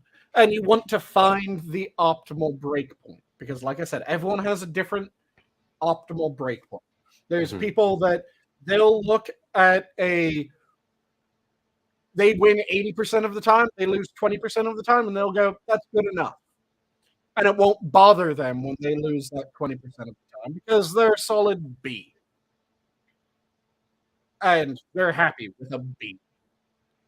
Then you have other people that if they're losing 20% of the time, that's way too fucking much. And they'll They get disinterested. Yeah. push themselves, or yeah, you can have it where people get completely turned off because they have such a low tolerance for the frustration of loss that they're broken. Though, if you have someone that has to win 100% of the time or else they're going to get broken, they're broken. Fuck them. They're already done. Yeah, it's very reminiscent of sport because it's kind of cool to watch a blowout every once in a while, but you're gonna get bored Yeah. if every fucking game is a blowout of some sort, either one way or the other. We get the most enjoyment when we see people who are relatively equally matched, and it's back and forth the entire time. Same thing with video games. The best matches I've had in any kind of versus Or the mode, knockdown, drag out, like slog. both you and the other player or the groups of players are fighting tooth and nail for every inch. Well, I will say a caveat to that is, um, at least in terms of fighting games, I would expand it to a broader reach of any games. Like, Oh yeah, I but only just I use only play fighting fighter games games, but as it's an example no, of no, no. But to go with what you guys are saying, in terms of increasing the frustration and the stale feeling of it, in terms of fighting games, personally, I try and play as a like the entire roster of a fighting game, yep. but not only that, but different fighting games. That's why me and Terry we try and go out of our way and find some really goofy type games Yeah. just to give them a try. Clay fighter. Because Clay Fighter was so Clay Fighter, because it gives us it's different and it keeps the dynamic interesting, as opposed to playing the same game over and over again, or even worse. And I know I played with a couple of these people, and God bless them. But holy shit, I really do not like people who just have one character that they Yeah. main, and that's the only character that they play. And it's like, dude, Yeah. once we beat you, and then it's like they get really frustrated because like, oh shit, now what am I gonna do? It's like, well, yeah, dude, because I, that's the only character that you play. It's like, what are you I gonna? think one of the most understated innovations in the video game, especially when it comes to things like fighting games, although it does translate to other game genres, is the random select.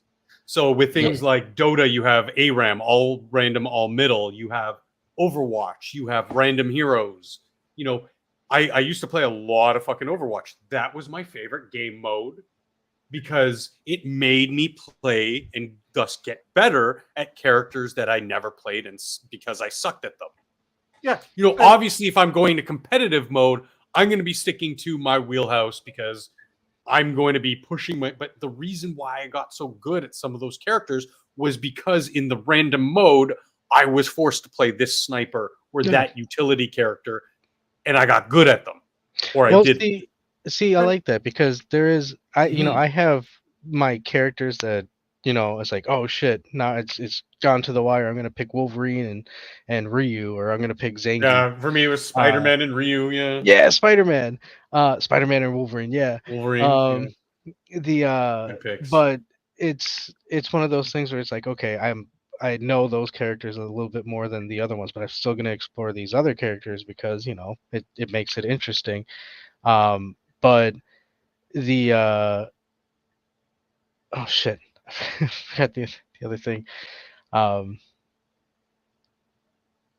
it. Yeah, for Threw me off. me, like I said, or not for me, in general, there's different breakpoints for everyone.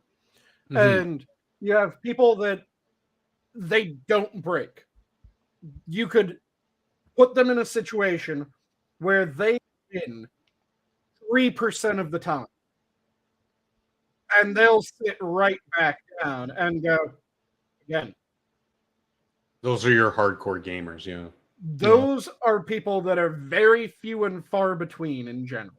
I would consider myself that type of gamer, yeah. Well, I'm not talking even though in just gaming. I'm talking in no, I'm yeah, no, I know. I think you're talking very broadly. I'm just specifically bringing it back to gaming because I'm not a fan of Soulsborne games, but I sat through Dark Souls 1, 2, and Elden Ring, and I beat those fucking games. Fucking bashing my head against the wall. It's the reason why I play World of Warcraft at the topmost echelon, is because you're fighting the same boss. I think this last tier, the most we pulled on a single boss was 340 attempts before we got the kill. 340 attempps. Mm-hmm. Not everybody is built that way. And I think that's something that a lot of the good MMA fighters, again, the ones that, whether it's a blowout or an even match, they're always a pleasure to watch.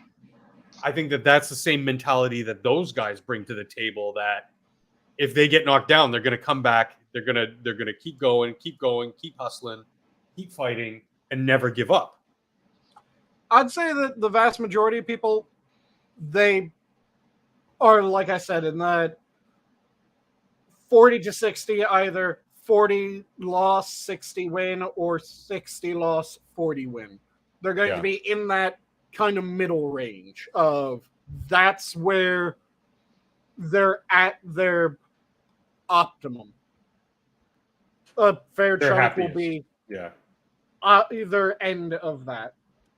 And that's where you need to hold people in order to get them to actually learn and remain interested. And that's one of the things that music, for instance, has the way that we teach music is counterproductive to getting people to enjoy playing music.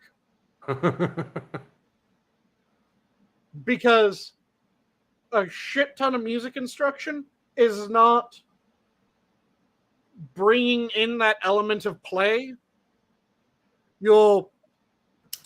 Let's see if I can do this without it being too loud. You'll have, okay, play this note. Do you guys hear that? Yeah, it's fine. So play that note. So you go.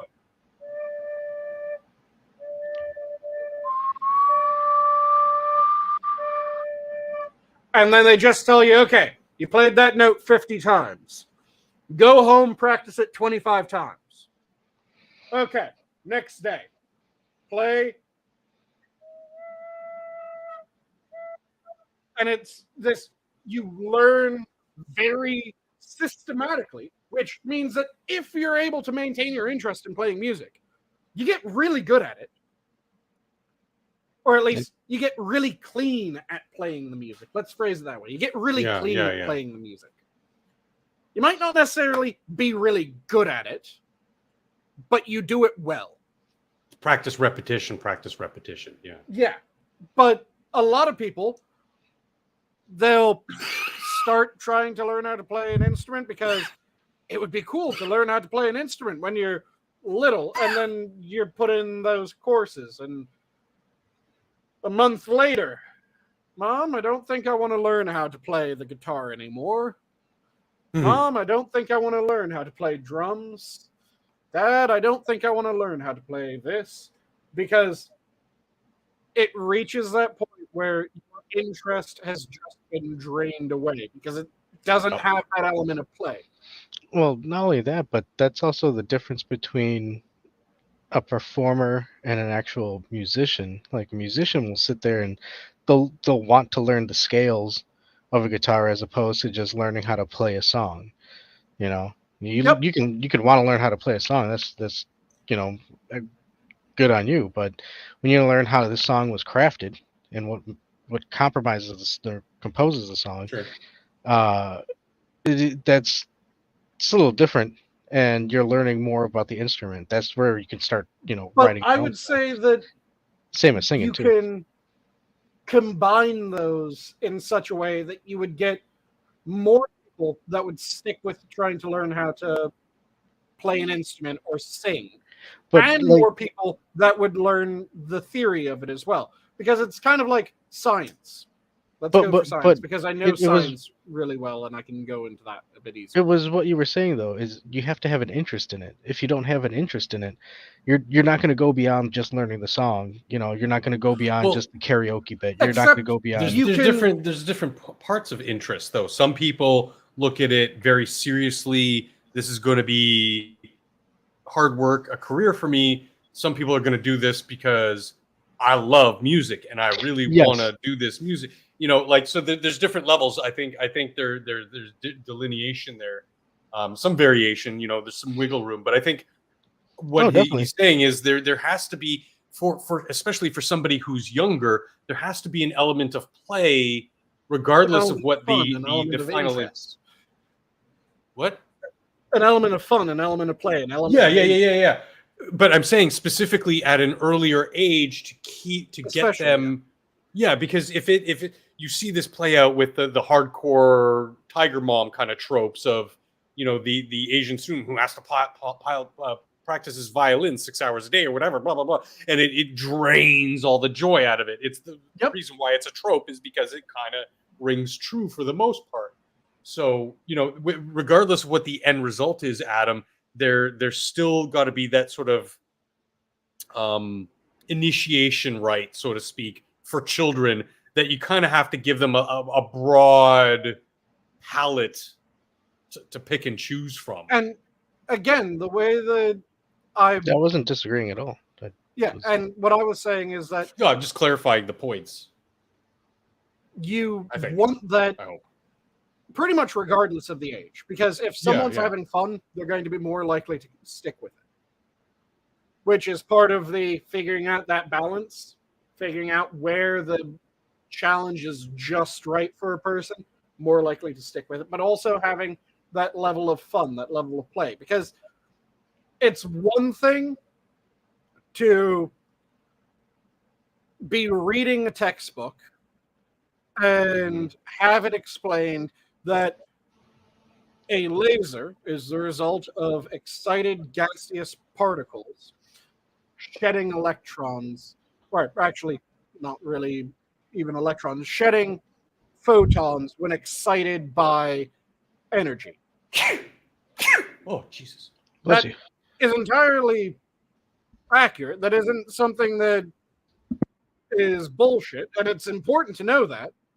But someone will be far more interested in that aspect if you show them a laser, you make a laser with them, and you show them cool shit that the laser can do while you're talking about that. Yeah. Or another really good example. Minerals make up rocks. This is an entirely true statement. It's very boring when you just phrase it that way. Yeah. If you explain to someone how you can determine what minerals make up what rock, and then you give someone a rock and you go, so let's go through this and let's figure out what minerals are in this. And you start breaking down each part of it, figuring out the constituent minerals of schist.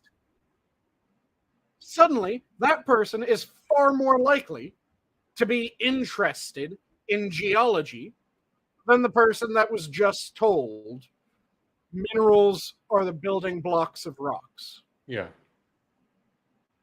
But you still tell that person that you're doing that challenge with, that you're playing that game with, that minerals are the building blocks of rocks. And you state it in a way that's kind of catchy, which is Fun, why engaging. minerals are the building blocks of rocks. Even if you don't actively try to remember minerals are the building blocks of rocks, if you hear minerals are the building blocks of rocks, at some point, you're probably going to end up going, okay, what are rocks, minerals, of the building? Oh, yeah, that's what rocks are made of. Wait, how the fuck did I remember that? Because it was something catchy.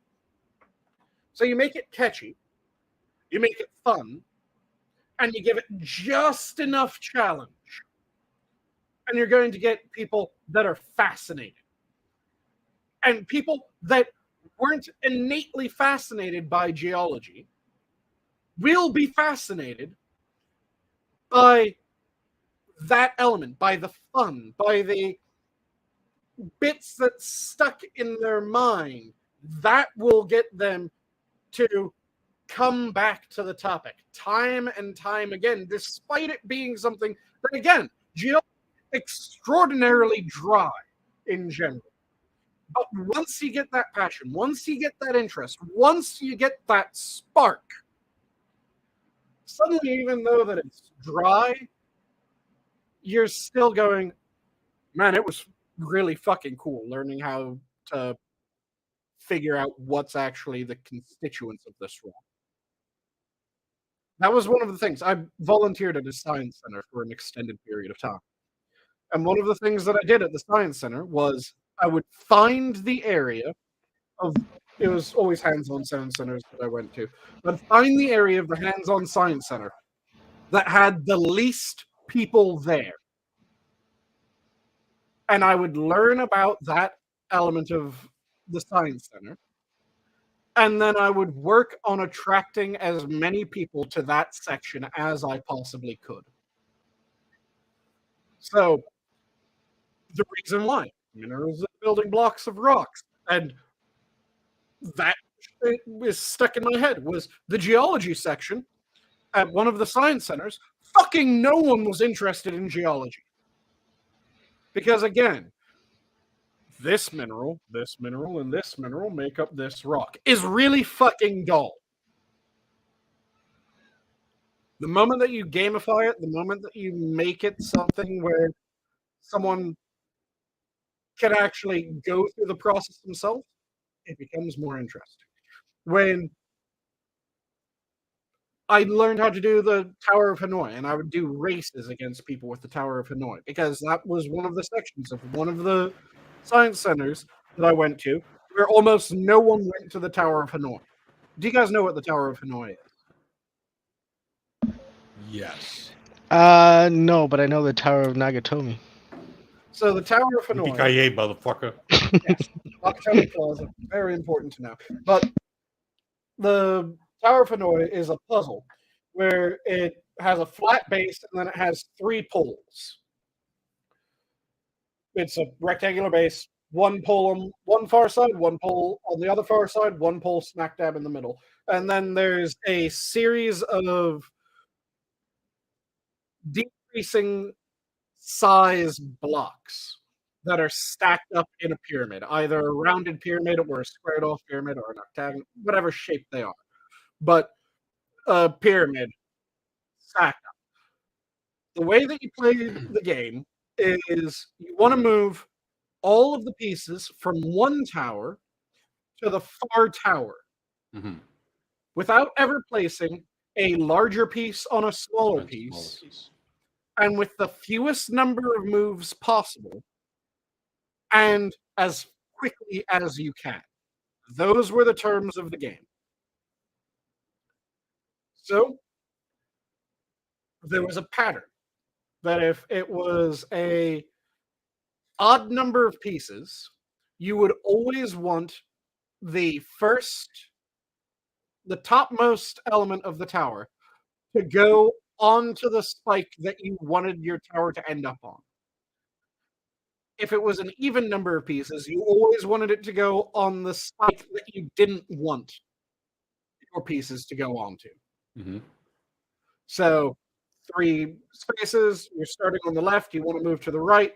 3 pieces, you move from the left, or from the leftmost to the rightmost. Second piece goes to the right or middle.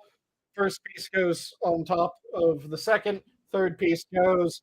Then first piece goes to the left, right, then left, and it's done.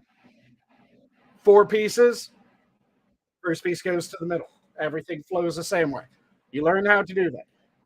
And I gamified it. I got people interested. I would do races there. And I'd explain the thought process. I'd explain how you do the puzzle. And people became interested in it. People would race with it. People would actually try to figure out the patterns of shit because of how that was done. That was making people interested in something that you aren't going to be inspired by a tower of blocks on a board with 3 pegs if you just look at the fun. But sometimes you need a little nudge. The challenge made it interesting and made it something that people would return to. And I saw many times where I would come in for a shift volunteering, and someone that had been there one of the days that I did it, who had never gone to that before, I'd come back and I'd find them racing themselves and trying to figure out how to do it that much more efficiently every time. And that's an interest that can be inspired that isn't innate. And you can do the same thing with music. There are people that they don't have that innate passion of they'll sit through all the boring shit in order to get to the fun shit. Yeah. And to bring it back.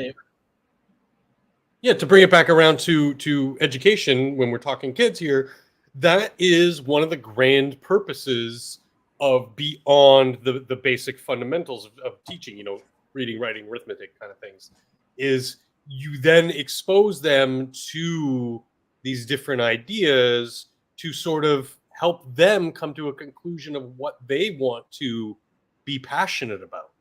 Yep. What interests them, because you might not get every kid in the class who's interested in the Tower of Hanoi. That's fine. They'll be the ones who are, hey, they really like playing piano, or this one really likes languages, but you have to expose them to that, because otherwise they don't know it exists. They look at it and it's a table with 3 pegs and some blocks.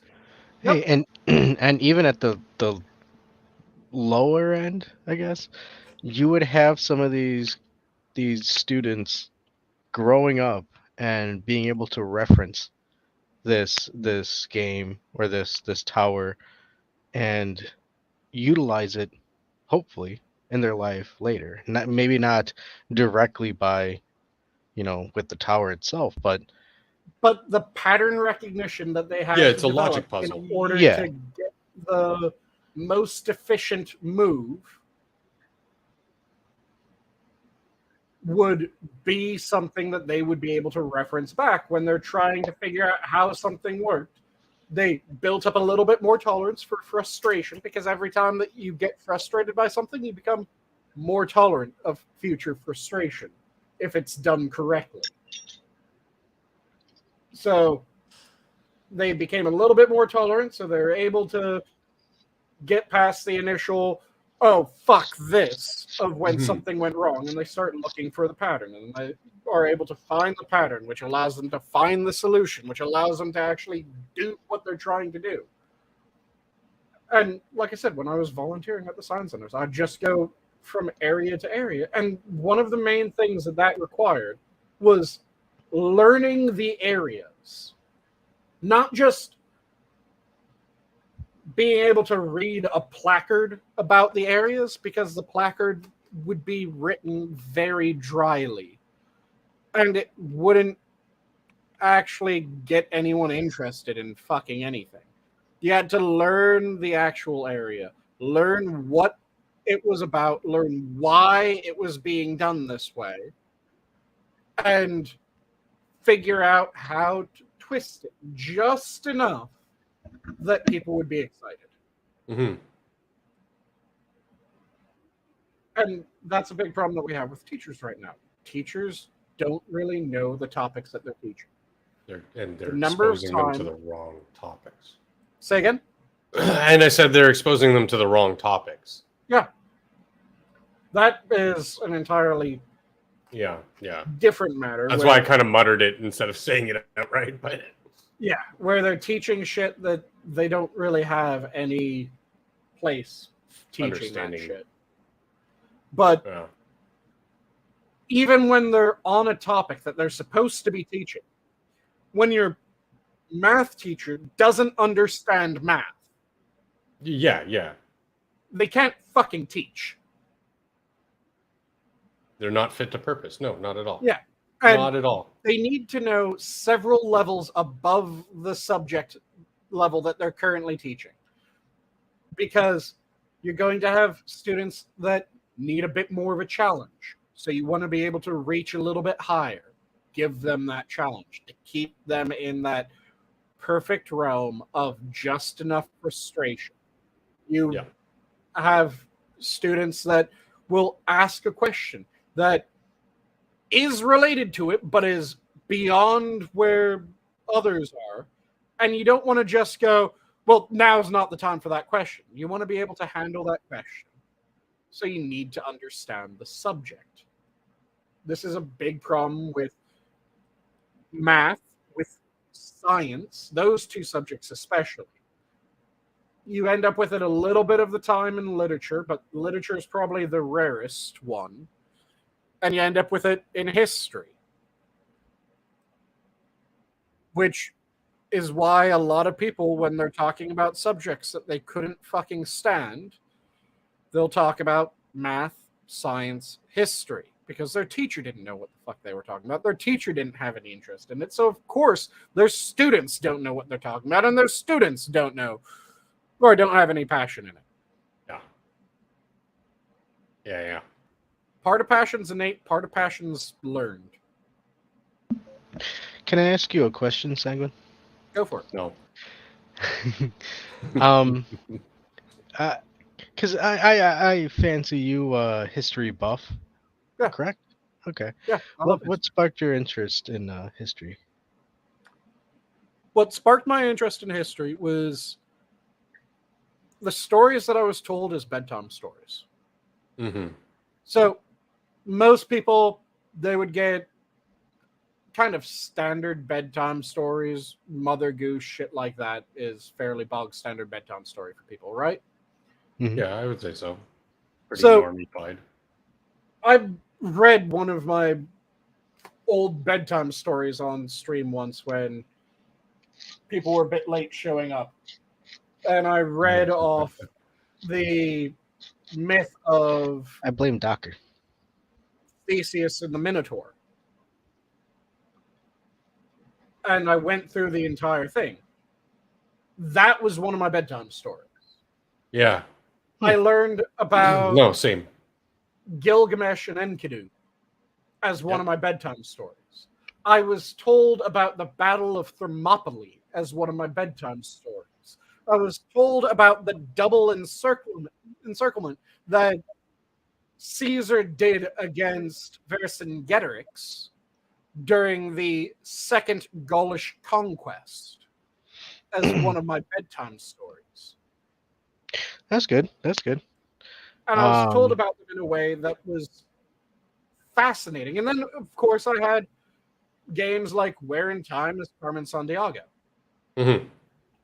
That was where I learned about Mansa Musa, the African king that tanked the value of gold to the point where it is a legitimate argument that people are having to this day whether the price of gold ever recovered from Mansa Musa's one pilgrimage.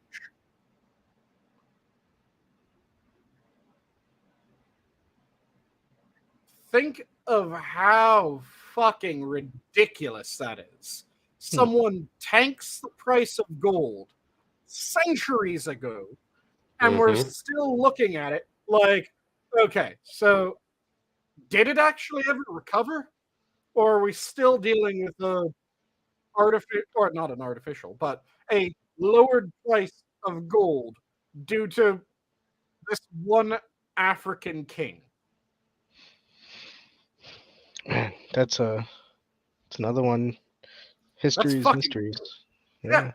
That shit's Um, cool.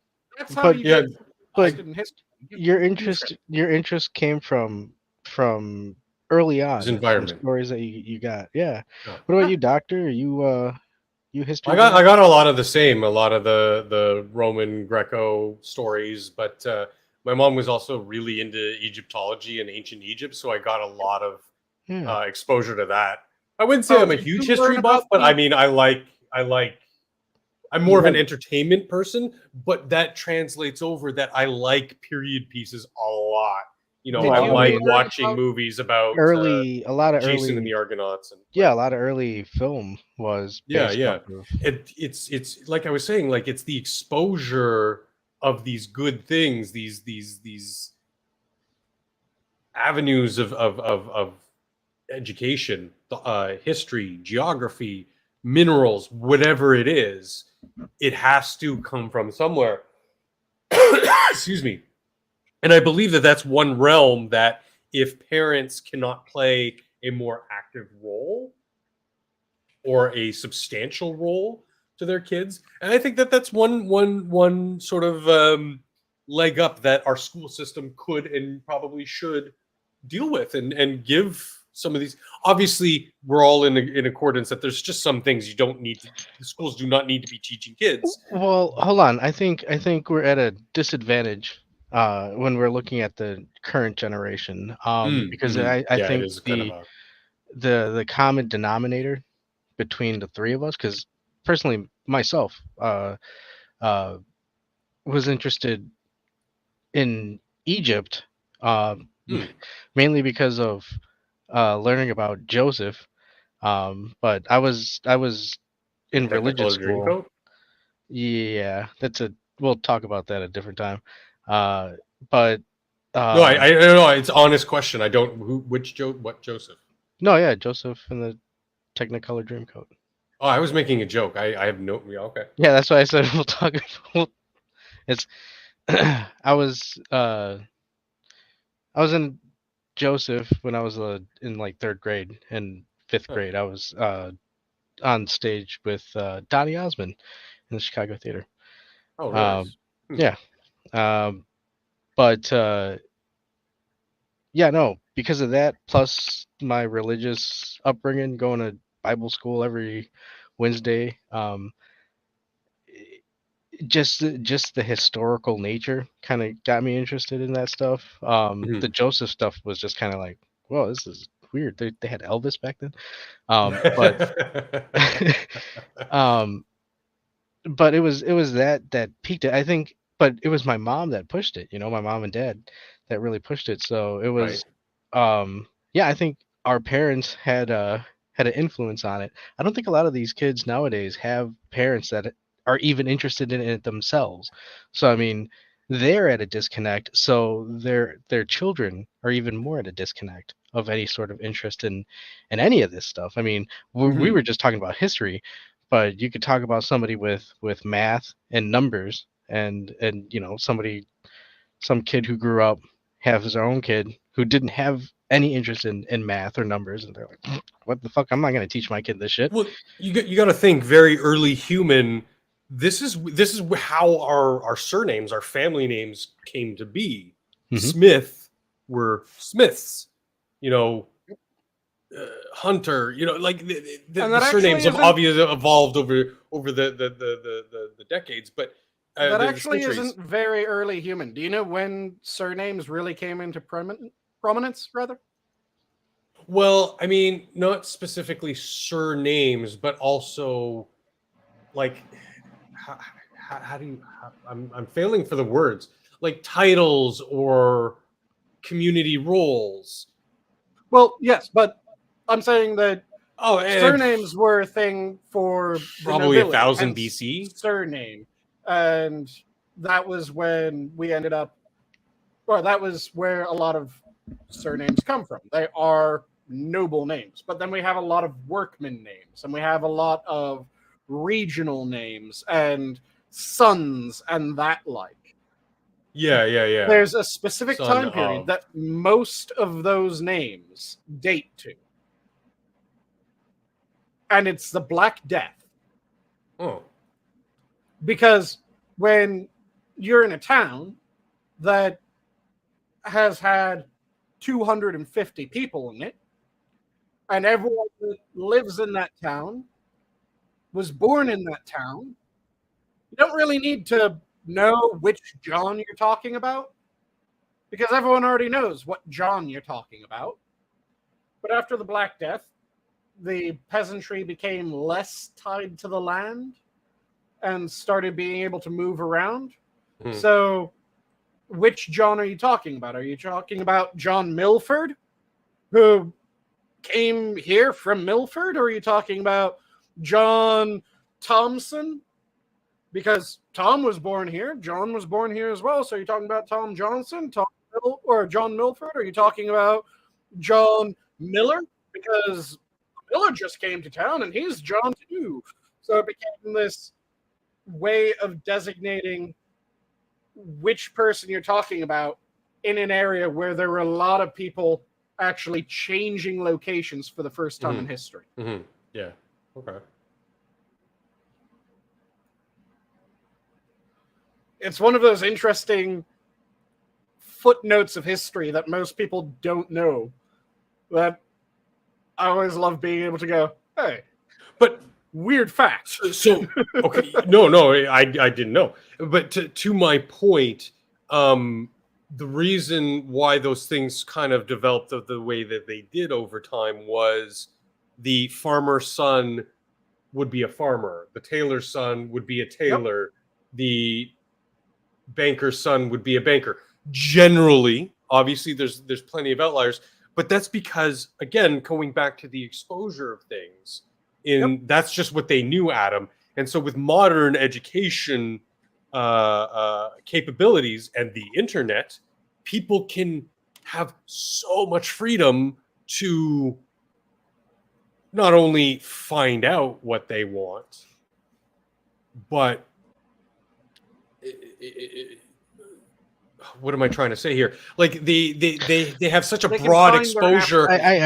Now the role of the parent or the school has shifted to not being the exposer, but more the journeyman, the person to help direct and See, I would argue that they are still key in exposure. exposing an Oh, yeah. idea.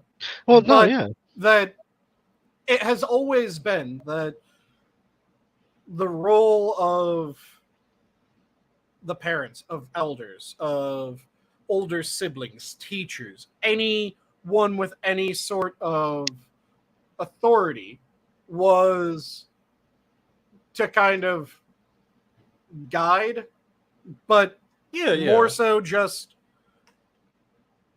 excite. But my point is this is why this is fucking interesting.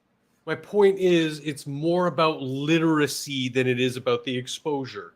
You have to instill the savviness more now than ever on how to think rather than what to think. Because again, farmer's son would be learning what to think. They'd be learning the practical skills of life on the farm directly from the experience of the family.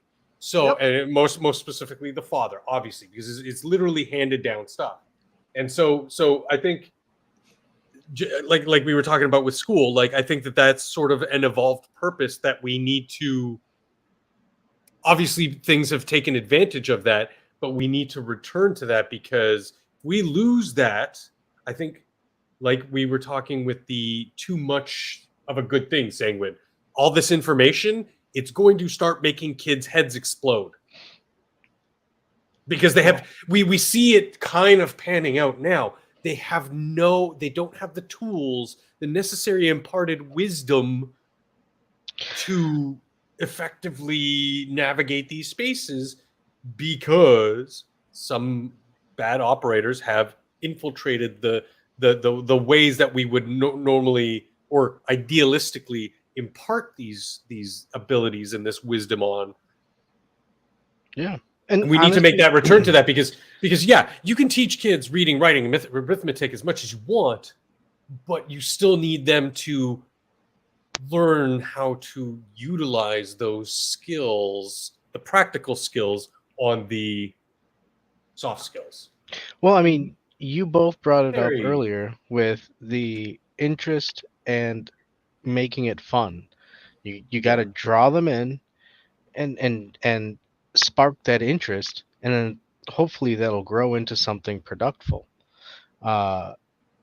Which is kind of funny, not to a weird input, but I don't know if you guys saw the Matt Walsh dogging on video games, and then Jeremy from the Quartering chimed in and talked about video games.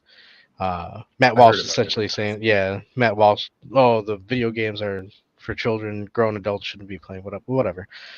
I entirely disagree with that. But I wish... Okay, Steve Shives.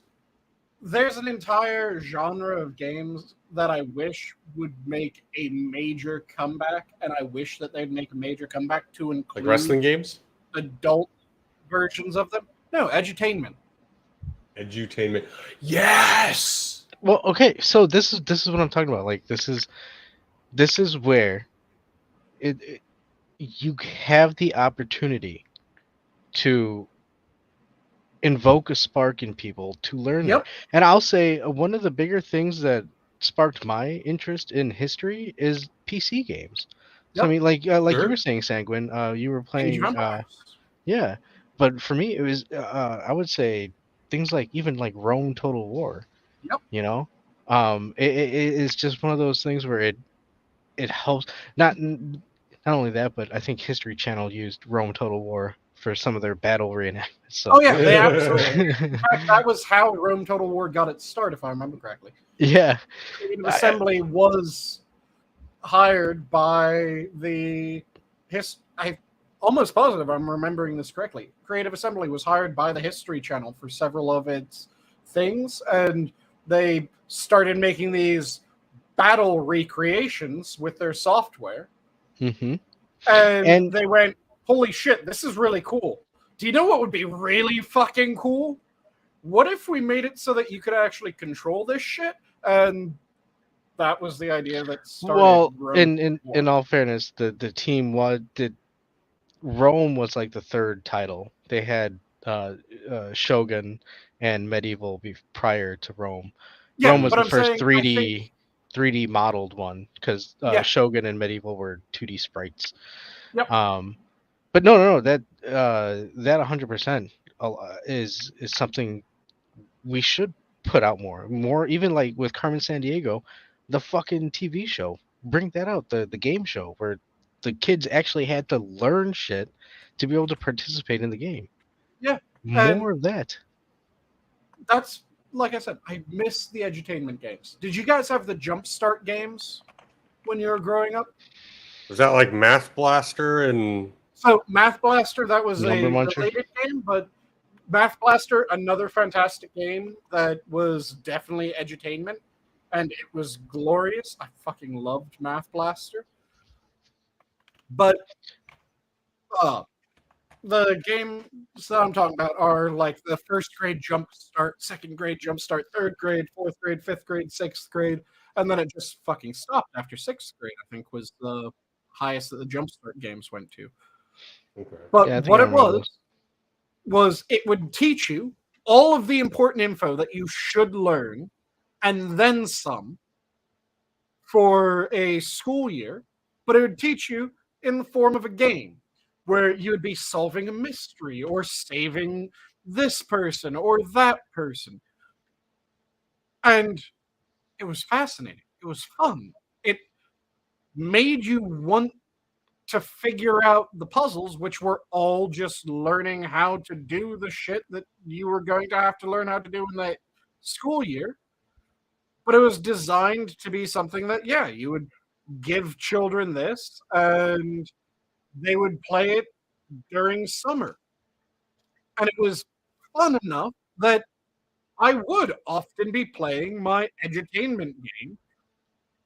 And I would wake up in the morning, start playing an edutainment game, and then I would go outside and muck about with friends after everyone had to go back for lunch. We would go back, or I'd go back home and I'd pull up my edutainment game a little bit. I'd eat my lunch, play my edutainment game a little bit more, and then get back in to going outside and mucking about with friends. And it was always just this nice little fun thing to do where it wasn't at any point, oh my God, I'm dealing with this again. I'm having to learn, even though it was shit like solve this multiplication problem Well, or hold this on. division problem. It was shit that it was told in a way that the story compelled you to actually want to do it. With PC PC edutainment. I'm not sure how old you are, functional. I know Older than I'm you. older. Oh, okay. Well, I know I'm older. No, than, I don't know. I David. honestly don't know. I'm 43. Okay, yeah, so you're older than me. Not by much though. So No. we should be in the same area. Yeah. But I think a lot of the draw with early, like the early edutainment, like Mario is Missing. I would go to the library and play a library and play Mario Teaches Typing, Yep. but only because my parents got me Mrs. Mavis Bacon. Teaches Yes, Typing or Mavis something. Bacon yeah. Mavis typing. Bacon. Beacon. Yeah. Mavis Yeah, Beacon, typing. something, whatever. So I had that, but the thrill was, holy shit, I'm playing on a computer.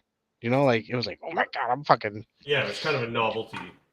Well, it was, like. Well, video games when they It was a first came fucking out, like computer. that. Yeah, computers, consoles, whatever. This is new. This is exciting. Console. Yeah. Video games. So cool. it was one of those. I think that's what kind of bumped it up, in terms of that. But because I was also gonna say, like, you can even toss in something like Dino Park Tycoon or Yep. what, Roller Coaster Tycoon, something like that, or Sim City, as means of edutainment, Yeah, because it taught they something. absolutely were. Yeah, so I mean, See, there's avenues for these things, and you can do it in a productive And you way. could do edutainment with fairly complex subjects. And they were done with fairly complex subjects for a while, but then at a certain Carmen point, San edutainment Diego series. just fucking died, which is infuriating. And I wish that there were edutainment games that were proper edutainment games, not just, well, here's a game for your brain. Can you figure out this Sudoku? But were actual narratives that you would play through, and you'd have shit that you were doing, and yeah, there were the puzzles, but the puzzles made sense in the world that had been assembled. One of my favorite series when it came to edutainment, Dr. Brain. Yeah. Dr. Brain was amazing. Dr. Brain was teaching you rudimentary, or another one as well, The Logical Adventures of the Zumbinis. Have either of you ever heard of that game? Not that one, no. I have not heard either of those two. So, Heard of Dr. Brain. The Logical Adventures of the Zumbinis was a game that was designed to teach children programming logic without teaching them, or without having to teach them straight up programming. So that when they learned programming, they would understand the logic behind it more, Yeah. making it much easier to teach them how to set it up. So every puzzle, it didn't explain the premise of the puzzle when you first went up to it, other than like the pizza trolls would say, "I'm hungry. I want a pizza." And then you'd have a machine that you'd make pizzas. And you had to figure out what type of pizza the pizza troll wanted. They wouldn't tell you what type of pizza they wanted. You had to figure it out. So it would be this trial and error, figuring out and or and not gates without it being called and or and not gates, where you would put a Zumbini on one of the early ones was just crossing drawbridges, and there are these 4 faces in the back of the drawbridges. That there were 2 bridges. Johnny Boy. There were a series of 6 pegs that were holding the rope that held up both of the bridges. Were they You'd in send Madison County? You'd send my a God. Zumbini across one of the bridges, and if the Zumbini was allowed to go across that bridge, they would cross to the other side without any problem. If there was something wrong with that Zumbini, one of the faces would sneeze, one of the pegs would disappear.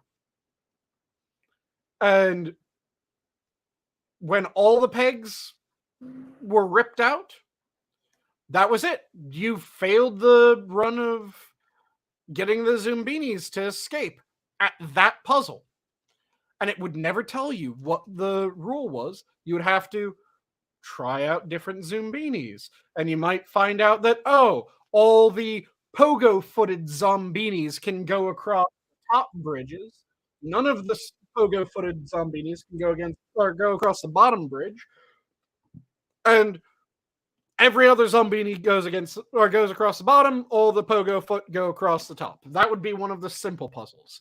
Then later on, you might find out that, oh, a pogo foot can go across the bottom bridge if the pogo foot has one eye and has a mohawk. It can go across the bottom bridge, but all other pogo feet have to go on the top bridge. And all of the other zombies, except for the tank tread, purple mohawk, blue-eyed Zombinis, and the propeller head, binocular with glasses Zombinis have to go on this bridge. And you'd figure out these weird rules just by trial and error. And the moment that you figured out what the rules were, you would get this sudden fuck yeah, and you would be zooming along through the puzzle. But it took you time to figure out the rules.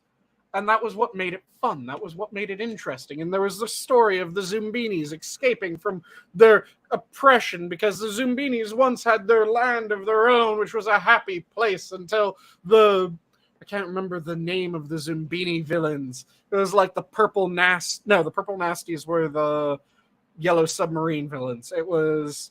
There were blue nasties, not purple. Blue Nasties, sorry. Blue Nasties. It was the purple something were the villains in the Zombinis, and the purple whatevers had enslaved the Zumbinis, so you had to figure out how to get them out. And each one was a logic gate puzzle. But each logic gate was different, and you had to figure it out. It was fantastic. Dr. Brain's Island was the most brilliant scientist to ever exist. First, there was Dr. Brain's castle. So, the most brilliant scientist to ever exist had disappeared into his castle. And you were sent to try to find Dr. Brain. So, you had to solve all these different sorts of puzzles. Some of them were math problems. Some of them were word problems. One of them was rudimentary robot programming that you had to do. Another one was you had to figure out a bit of cryptography. So there are a whole bunch of different games, all of them different mental challenges, because this is the most brilliant scientist. How else would he defend his home other than with all these different puzzles? And different puzzles that would require someone to be intelligent to figure them out. And then at the end, you would find Dr. Brain and he would give you a talk, and then it would pop you back out, and you could make another run. And every time that you did a run, it would be different. So it was very basic, random gen almost. And it was fantastic. Then Dr. Brain's Island. Dr. Brain is no longer in his castle. Now he's found a secretive island. So what I hear is that Sanguine likes being mentally challenged. Nice. So, Dr. Brain's Island, you would have to first find the island. And in order to find the island, you have to figure out how to use GPS coordinates, but you don't just given GPS coordinates. First, you're given coded GPS coordinates that you have to figure out the cipher for the GPS coordinates so that you can find the island in a certain number of tries. Then once you get on the island, one of the puzzles very early on was just a very simple puzzle, where literal just standard puzzle, where you had to figure out how all the pieces fit in. And then the next one was the Tower of Hanoi, and then as you went on, the puzzles got more and more difficult until you were having to figure out chemical reactions in order to get past one of the doors. And you would work your way through all the puzzles. And there were different logic puzzles and different science and shit like that. So they were fascinating. And it was, again, something that changed. Because sometimes you might need to come up with a way of ending up with gold, pure elemental gold, at the end of the chemical reaction part. Or you might have to figure out how you make a specific type of silver salt. Or you might have to figure out how to make a specific or let's say iron 4 rust versus iron 3 rust. And you would have to rig up your chemical reactions in order to get those results, and it would change each time. So again, it was this game that had endless replayability. Yeah. And it was a bunch of puzzles, and every time that you played, the puzzles would get a little bit harder, and then a little bit harder, until you failed, and then it would go a half step easier until you started to succeed again, and then it would start amping up again. So it was this series of games, and there were a bunch of Dr. Brains. I think there were like 5 or 6 Dr. Brain games. And each one had a similar setup of you're solving these different puzzles, either logic, science, musical. Yeah, I really like it when games put the logic puzzles and stuff into games that aren't necessarily edutainment. They're just like games, but they're not just mindless violence or mindless entertainment. There's some value of learning to it. And the thing is that the current sort of edutainment games that you get are the brain train games, which aren't really games in the way that I want them to be games. Well, hold on, real quick. Would you consider Doctor something like Tetris or Columns to be a Oh, Tetris is awesome. Fucking love Tetris. well, it's a puzzle, but you don't really need to. I mean, I don't know. Are you really utilizing your It's brain for? I mean, I guess you're utilizing it in a different area, but it's. I don't know. I mean, no, I'm not knocking any of them. I like I said before, I am all for all these games it's being played. the I like granddad playing all of of them. the edutainment games, to my mind. Yeah. What, Tetris? Yeah, it's the I would have said a granddad of Rubik's Cube edutainment or something like games. that, but Well, I'm saying of actual of like video video games. games. Yeah, Oh no, yeah. it would be But the because granddad. It isn't what the later ones were. The later ones, Dr. Brain's Island, hell of a lot more than Tetris. But it seems like what about current- Myst? that would be a edutainment Logic puzzle game. Logic puzzle game. See, this is what I'm talking about. Like, it's you can't just going back to where I guess, or at least I think, where this kind of stemmed from, with the video game comment. Like, you can't really like look at how many branches we just stemmed off of this Oh, yeah. of puzzles, just puzzles. Hmm. You know, Games are like any other medium. You have music that is made for children. You have movies that are made for children. You have pictures that are made for children. You have books that are made for children. But you can also make books for adults. You can make movies for adults, music for adults. Games can be made for adults. I swear there was a quote from somebody who said something like a child could read an adult book. Is that is that a children's book now? Type of thing. Yep. I don't know if it's an actual quote or if it's just, pre-AI It was meme. the question of what makes an adult book an adult book. Because a child can read an adult book. Does that mean that it's an adult book? And Yeah. If or a does that child mean that reads it's a child Dune, book? Yeah. does that mean Dune is a child's book? And I'm only saying that because the second trailer hit and looks nice. Not gonna lie. But yeah, So guys, to the first one. me, the question of that comes down to what makes a book a child's book versus an adult's book. It's the content. If it is meant to be understood by every child, then it's a child's book. Yeah. So yeah, wait. So you mean target audience? You Yes. mean hold on? You mean when the author of the book is crafting and scripting that book, that they would have Ideally, an it's the author. audience in mind, right? I mean, like this Ideally, it's is the author that does that. I've had books where it is clear that the author thought that they were writing for adults, but their actual work Okay. was extremely childish. So it was something that didn't and actually. it came off. Well, I mean, in those rare occurrences, those aside, I would say if you're, I mean, at least for me, if I'm drawing something, I know I'm not trying to draw for a realistic thing, but I'm also not trying to draw a overly simplistic cartoon thing. I have a target of where I want to go, where I'm aiming for my image to look. So I would assume that a writer would have the same type of objectives.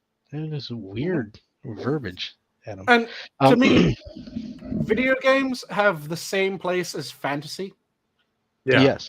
And where fantasy is at its best, in my opinion, is when it makes you think of an idea that has too many connections, too much muddying up the topic to actually think of that idea. So you always end up thinking of that idea and this and that and the other. Oh, hold on, What it dude. I does is think it strips it away of all that surrounding shit that ends up muddying it. And it makes it so that you can think of the idea more cleanly. this is a breach point though, because you're right. But say somebody starts writing, I think this is where we got into or at least Dungeons and Dragons got into trouble with the race of the characters that you create, because they started moving into this. Yeah, anybody can jump into it, and that was the opening for people to say, hey, you know what, anybody can jump into it, but there's these people over here who kind of think that orcs are representing and Yeah, they can so go we for don't like themselves. that. D&D should be for people that enjoy D&D. Oh, but hold on, this is where they kind of this is where you saw the Running Man orc from Helm's Deep fucking running in. Like, he's right there. You see him. And I shoot him. Well, he made it though. He made it. And He did, unfortunately, because he Dungeons didn't and shoot him early Dragons had I shoot suffered. him early. But you know who shot him early? Warhammer. Yep. Warhammer fucking shot him early and was like, nope, not Yeah, today. Yeah, the gatekeeping. Fuck Xeno. But that's what I mean. That's we have to be fluid.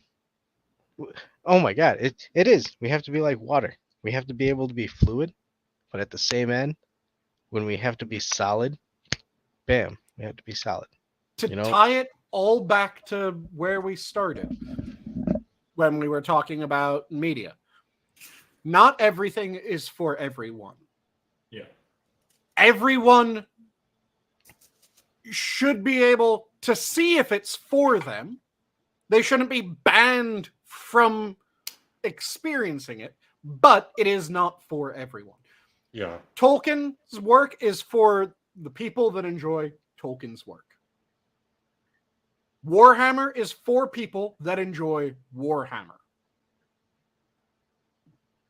Harry Potter is for people that enjoy Harry Potter.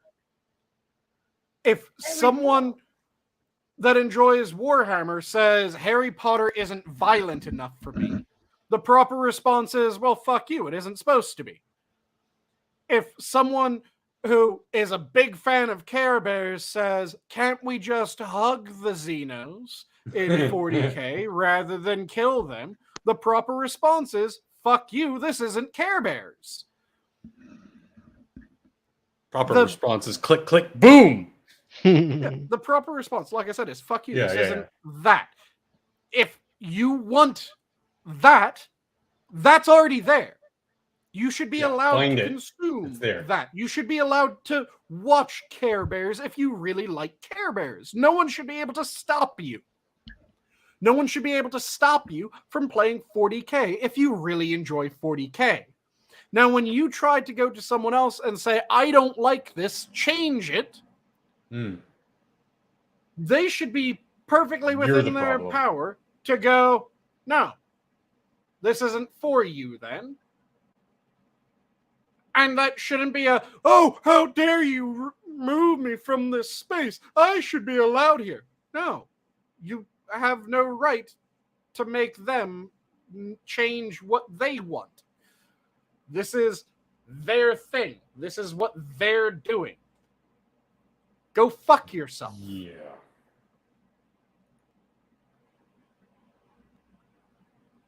This is something that drives me crazy every time that I hear it. Where, because, of course, the same people are the ones bastardizing, oh, it's not for you sort of mantra into, I mean, like they do everything. They weaponize it. Dude, that just... The same people that will say, I don't feel comfortable with this, change it. If someone comes up to them and says, well, I don't feel comfortable with this thing that you like, change it. They go, no, it isn't for you. It's mine. It doesn't need to be changed. You're just, well, you just don't like this because you're an evil person. Go fuck yourself. And no. And then why didn't you see it? Why it did so bad? We're not going to get more. Why didn't you go see it? I thought you said it wasn't for us. Yo, this is okay. They're bipolar. I had- back and forth. I had this I had this thought a few days back thinking about this, especially Johnny, go fuck yourself. well,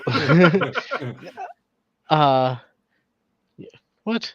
But the look, I'm not a big fan of Tim Pool, old Timmy Pooley there, but recently he has been hitting some marks that I'm like, dude, maybe he's kind of understanding what's going on.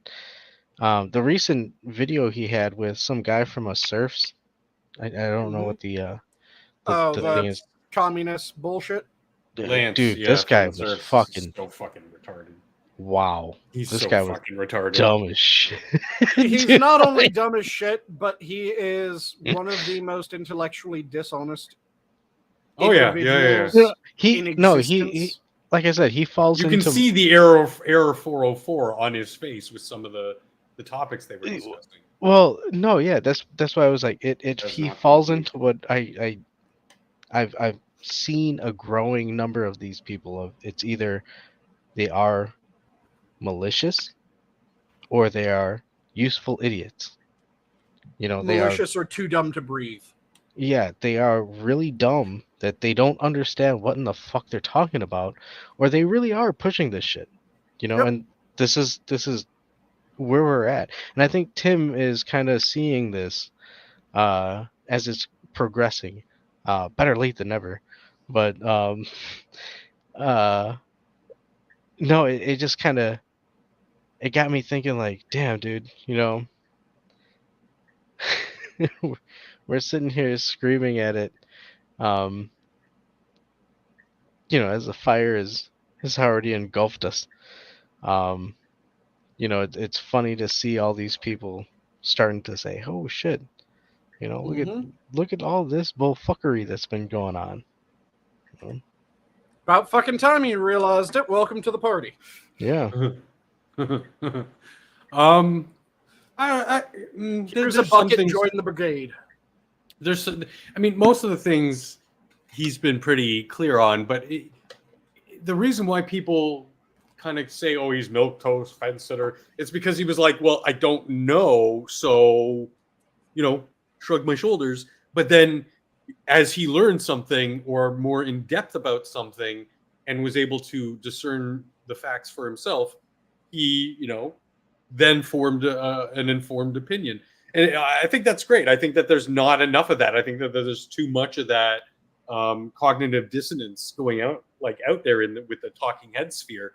Obviously, mainstream media, legacy media, whatever you want to call it, is kind of a lost cause at this point.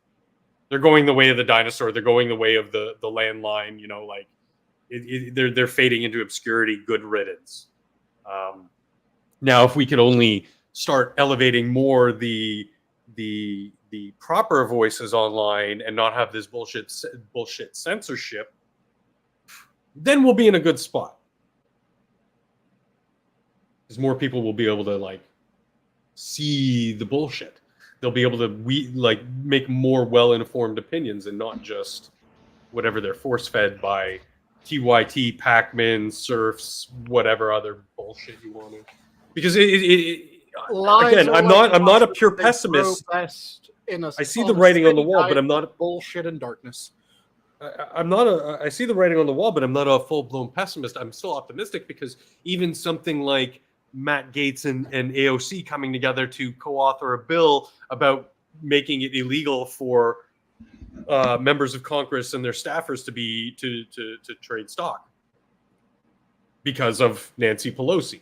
Yep. And Chuck Schumer and the rest of the old guard that had basically milked the system for many, many, many years. Let's go, Brandon. That gives me, it might just be one thing, but it gives me a glimmer of hope. Oh yeah, as I've said many times before, people shouldn't be worried about the insanely wealthy person that goes into politics.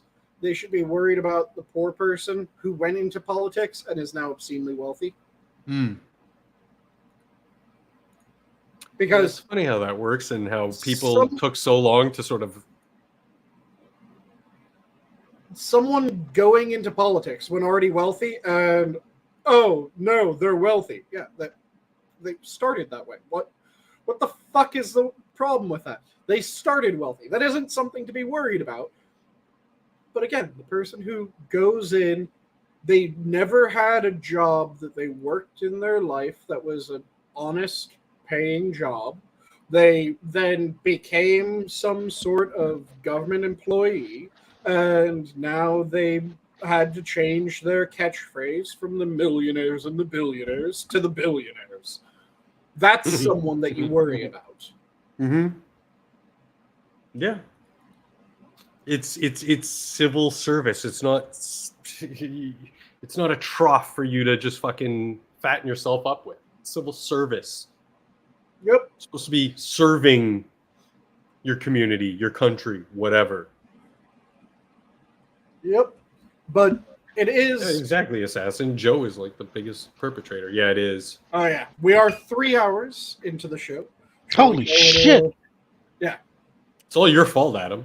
No, it's not. Yeah. Wait, why did that sound weird? Yeah, No, I don't know. That kind of it's took me for a loop.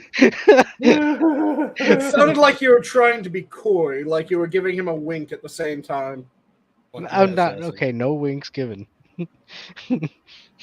Or Sure, there were. no winks given. No, that was kind of weird. But holy shit, 3 hours? Damn. Yep, 3 hours. So, shall we go to parting words?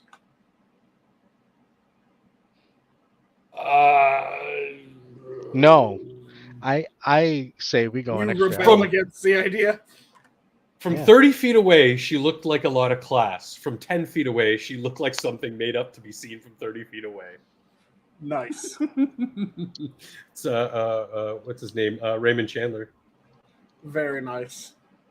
And you declined your parting words, so I shall skip over you then, Adam. What? I didn't decline it. I Johnny said- beat you to it, Sanguine, and he's in chat. Hold on. I want my parting words. Okay, say your parting words. Originally, you said no when I asked if you wanted to give your I parting would, words. Keever, but I got a lot to do this weekend. No, I said I wanted more. I wanted an hour longer. Overtime. But I mean, okay. if you want to keep going, I'll stay, but... No. It's closing time. Closing. Get the fuck out of here. Well, hey, Sanguine, Mm-hmm. thanks for letting me hang out on this night of our 2000th anniversary. 2000 shows. There you go. Mm-hmm. And you know what? We're closing out without even having like a flashback or. I got something. I had something for the closing. Damn it. Oh. Which was? I had to hold on. Okay, it's 30 seconds. It's so hard for me to sit back here in this studio Yeah. looking at a guy out here hollering You can hear my it, right? name. Mm-hmm. When last year I spent more money on spilt liquor in bars from one side of this world to the other than you made. You're talking to the Rolex wearing, diamond ring wearing, kiss stealing, wheeling dealing, limousine riding, jet flying, son of a gun, and I'm having a hard time holding these alligators down. Woo! Woo! Yeah, dude. Hey. Okay, look. I mean, we did talk about it earlier on. 2,000 episodes is it's, Incredible. I would say it's a good milestone, Mhm. especially since, as Doc brought it up, it's Especially a bunch or of- especially? I don't Eggs know. One of the two. especially. I love eggs. I love eggs. Deviled eggs is pretty good. But it's a bunch of different creators. Even interchangeable. So let's not leave out the people who may not be hosting currently, but has Mhm. hosted. And we've been keeping it going, and we really don't have we're not turning merch. We're not propping like goofy ads for like crystals or perfumes or anything like that. God and we're damn it! not Now I need to get rid of my crystal and perfume. and we're not Save me a case. monetized, right? So I mean, we're not. Crystal perfumes, they were such a hot deal, but now we need to Make get sure rid of you that. add in the All promo because of code Adam's loose MOTZ. You get that 30% discount. Just keep these crystals by your head while you sleep. It's awesome. Yeah. And we're not monetized, so I You mean, can I ground think, your bed too. yeah, it's Harry can pure teach you all about quartz. that. So I think I think we They're did a even good job. coming out with their newest Prince Albert. Oh shit. But yes, we're in closing, so I'll step off my soapbox here. Thanks again for having me. It was a enjoyable evening chatting with you two blokes for these 3 hours. Always. And for all of you guys, I love you all and God bless. Always fun. And I'll leave off with to hold it together when everyone would understand if you fell apart. That is true strength. That's from Miyamoto Musashi. And with that, have a good night, all. The zoo is closed. See y'all tomorrow. Don't forget Harry's show Saturday. Minions 2000. And this is when you say goodbye, Adam. Oh, goodbye. Bye, Adam. There we go. Goodbye, Adam. You gonna end it? I'm clicking it and Boomer? it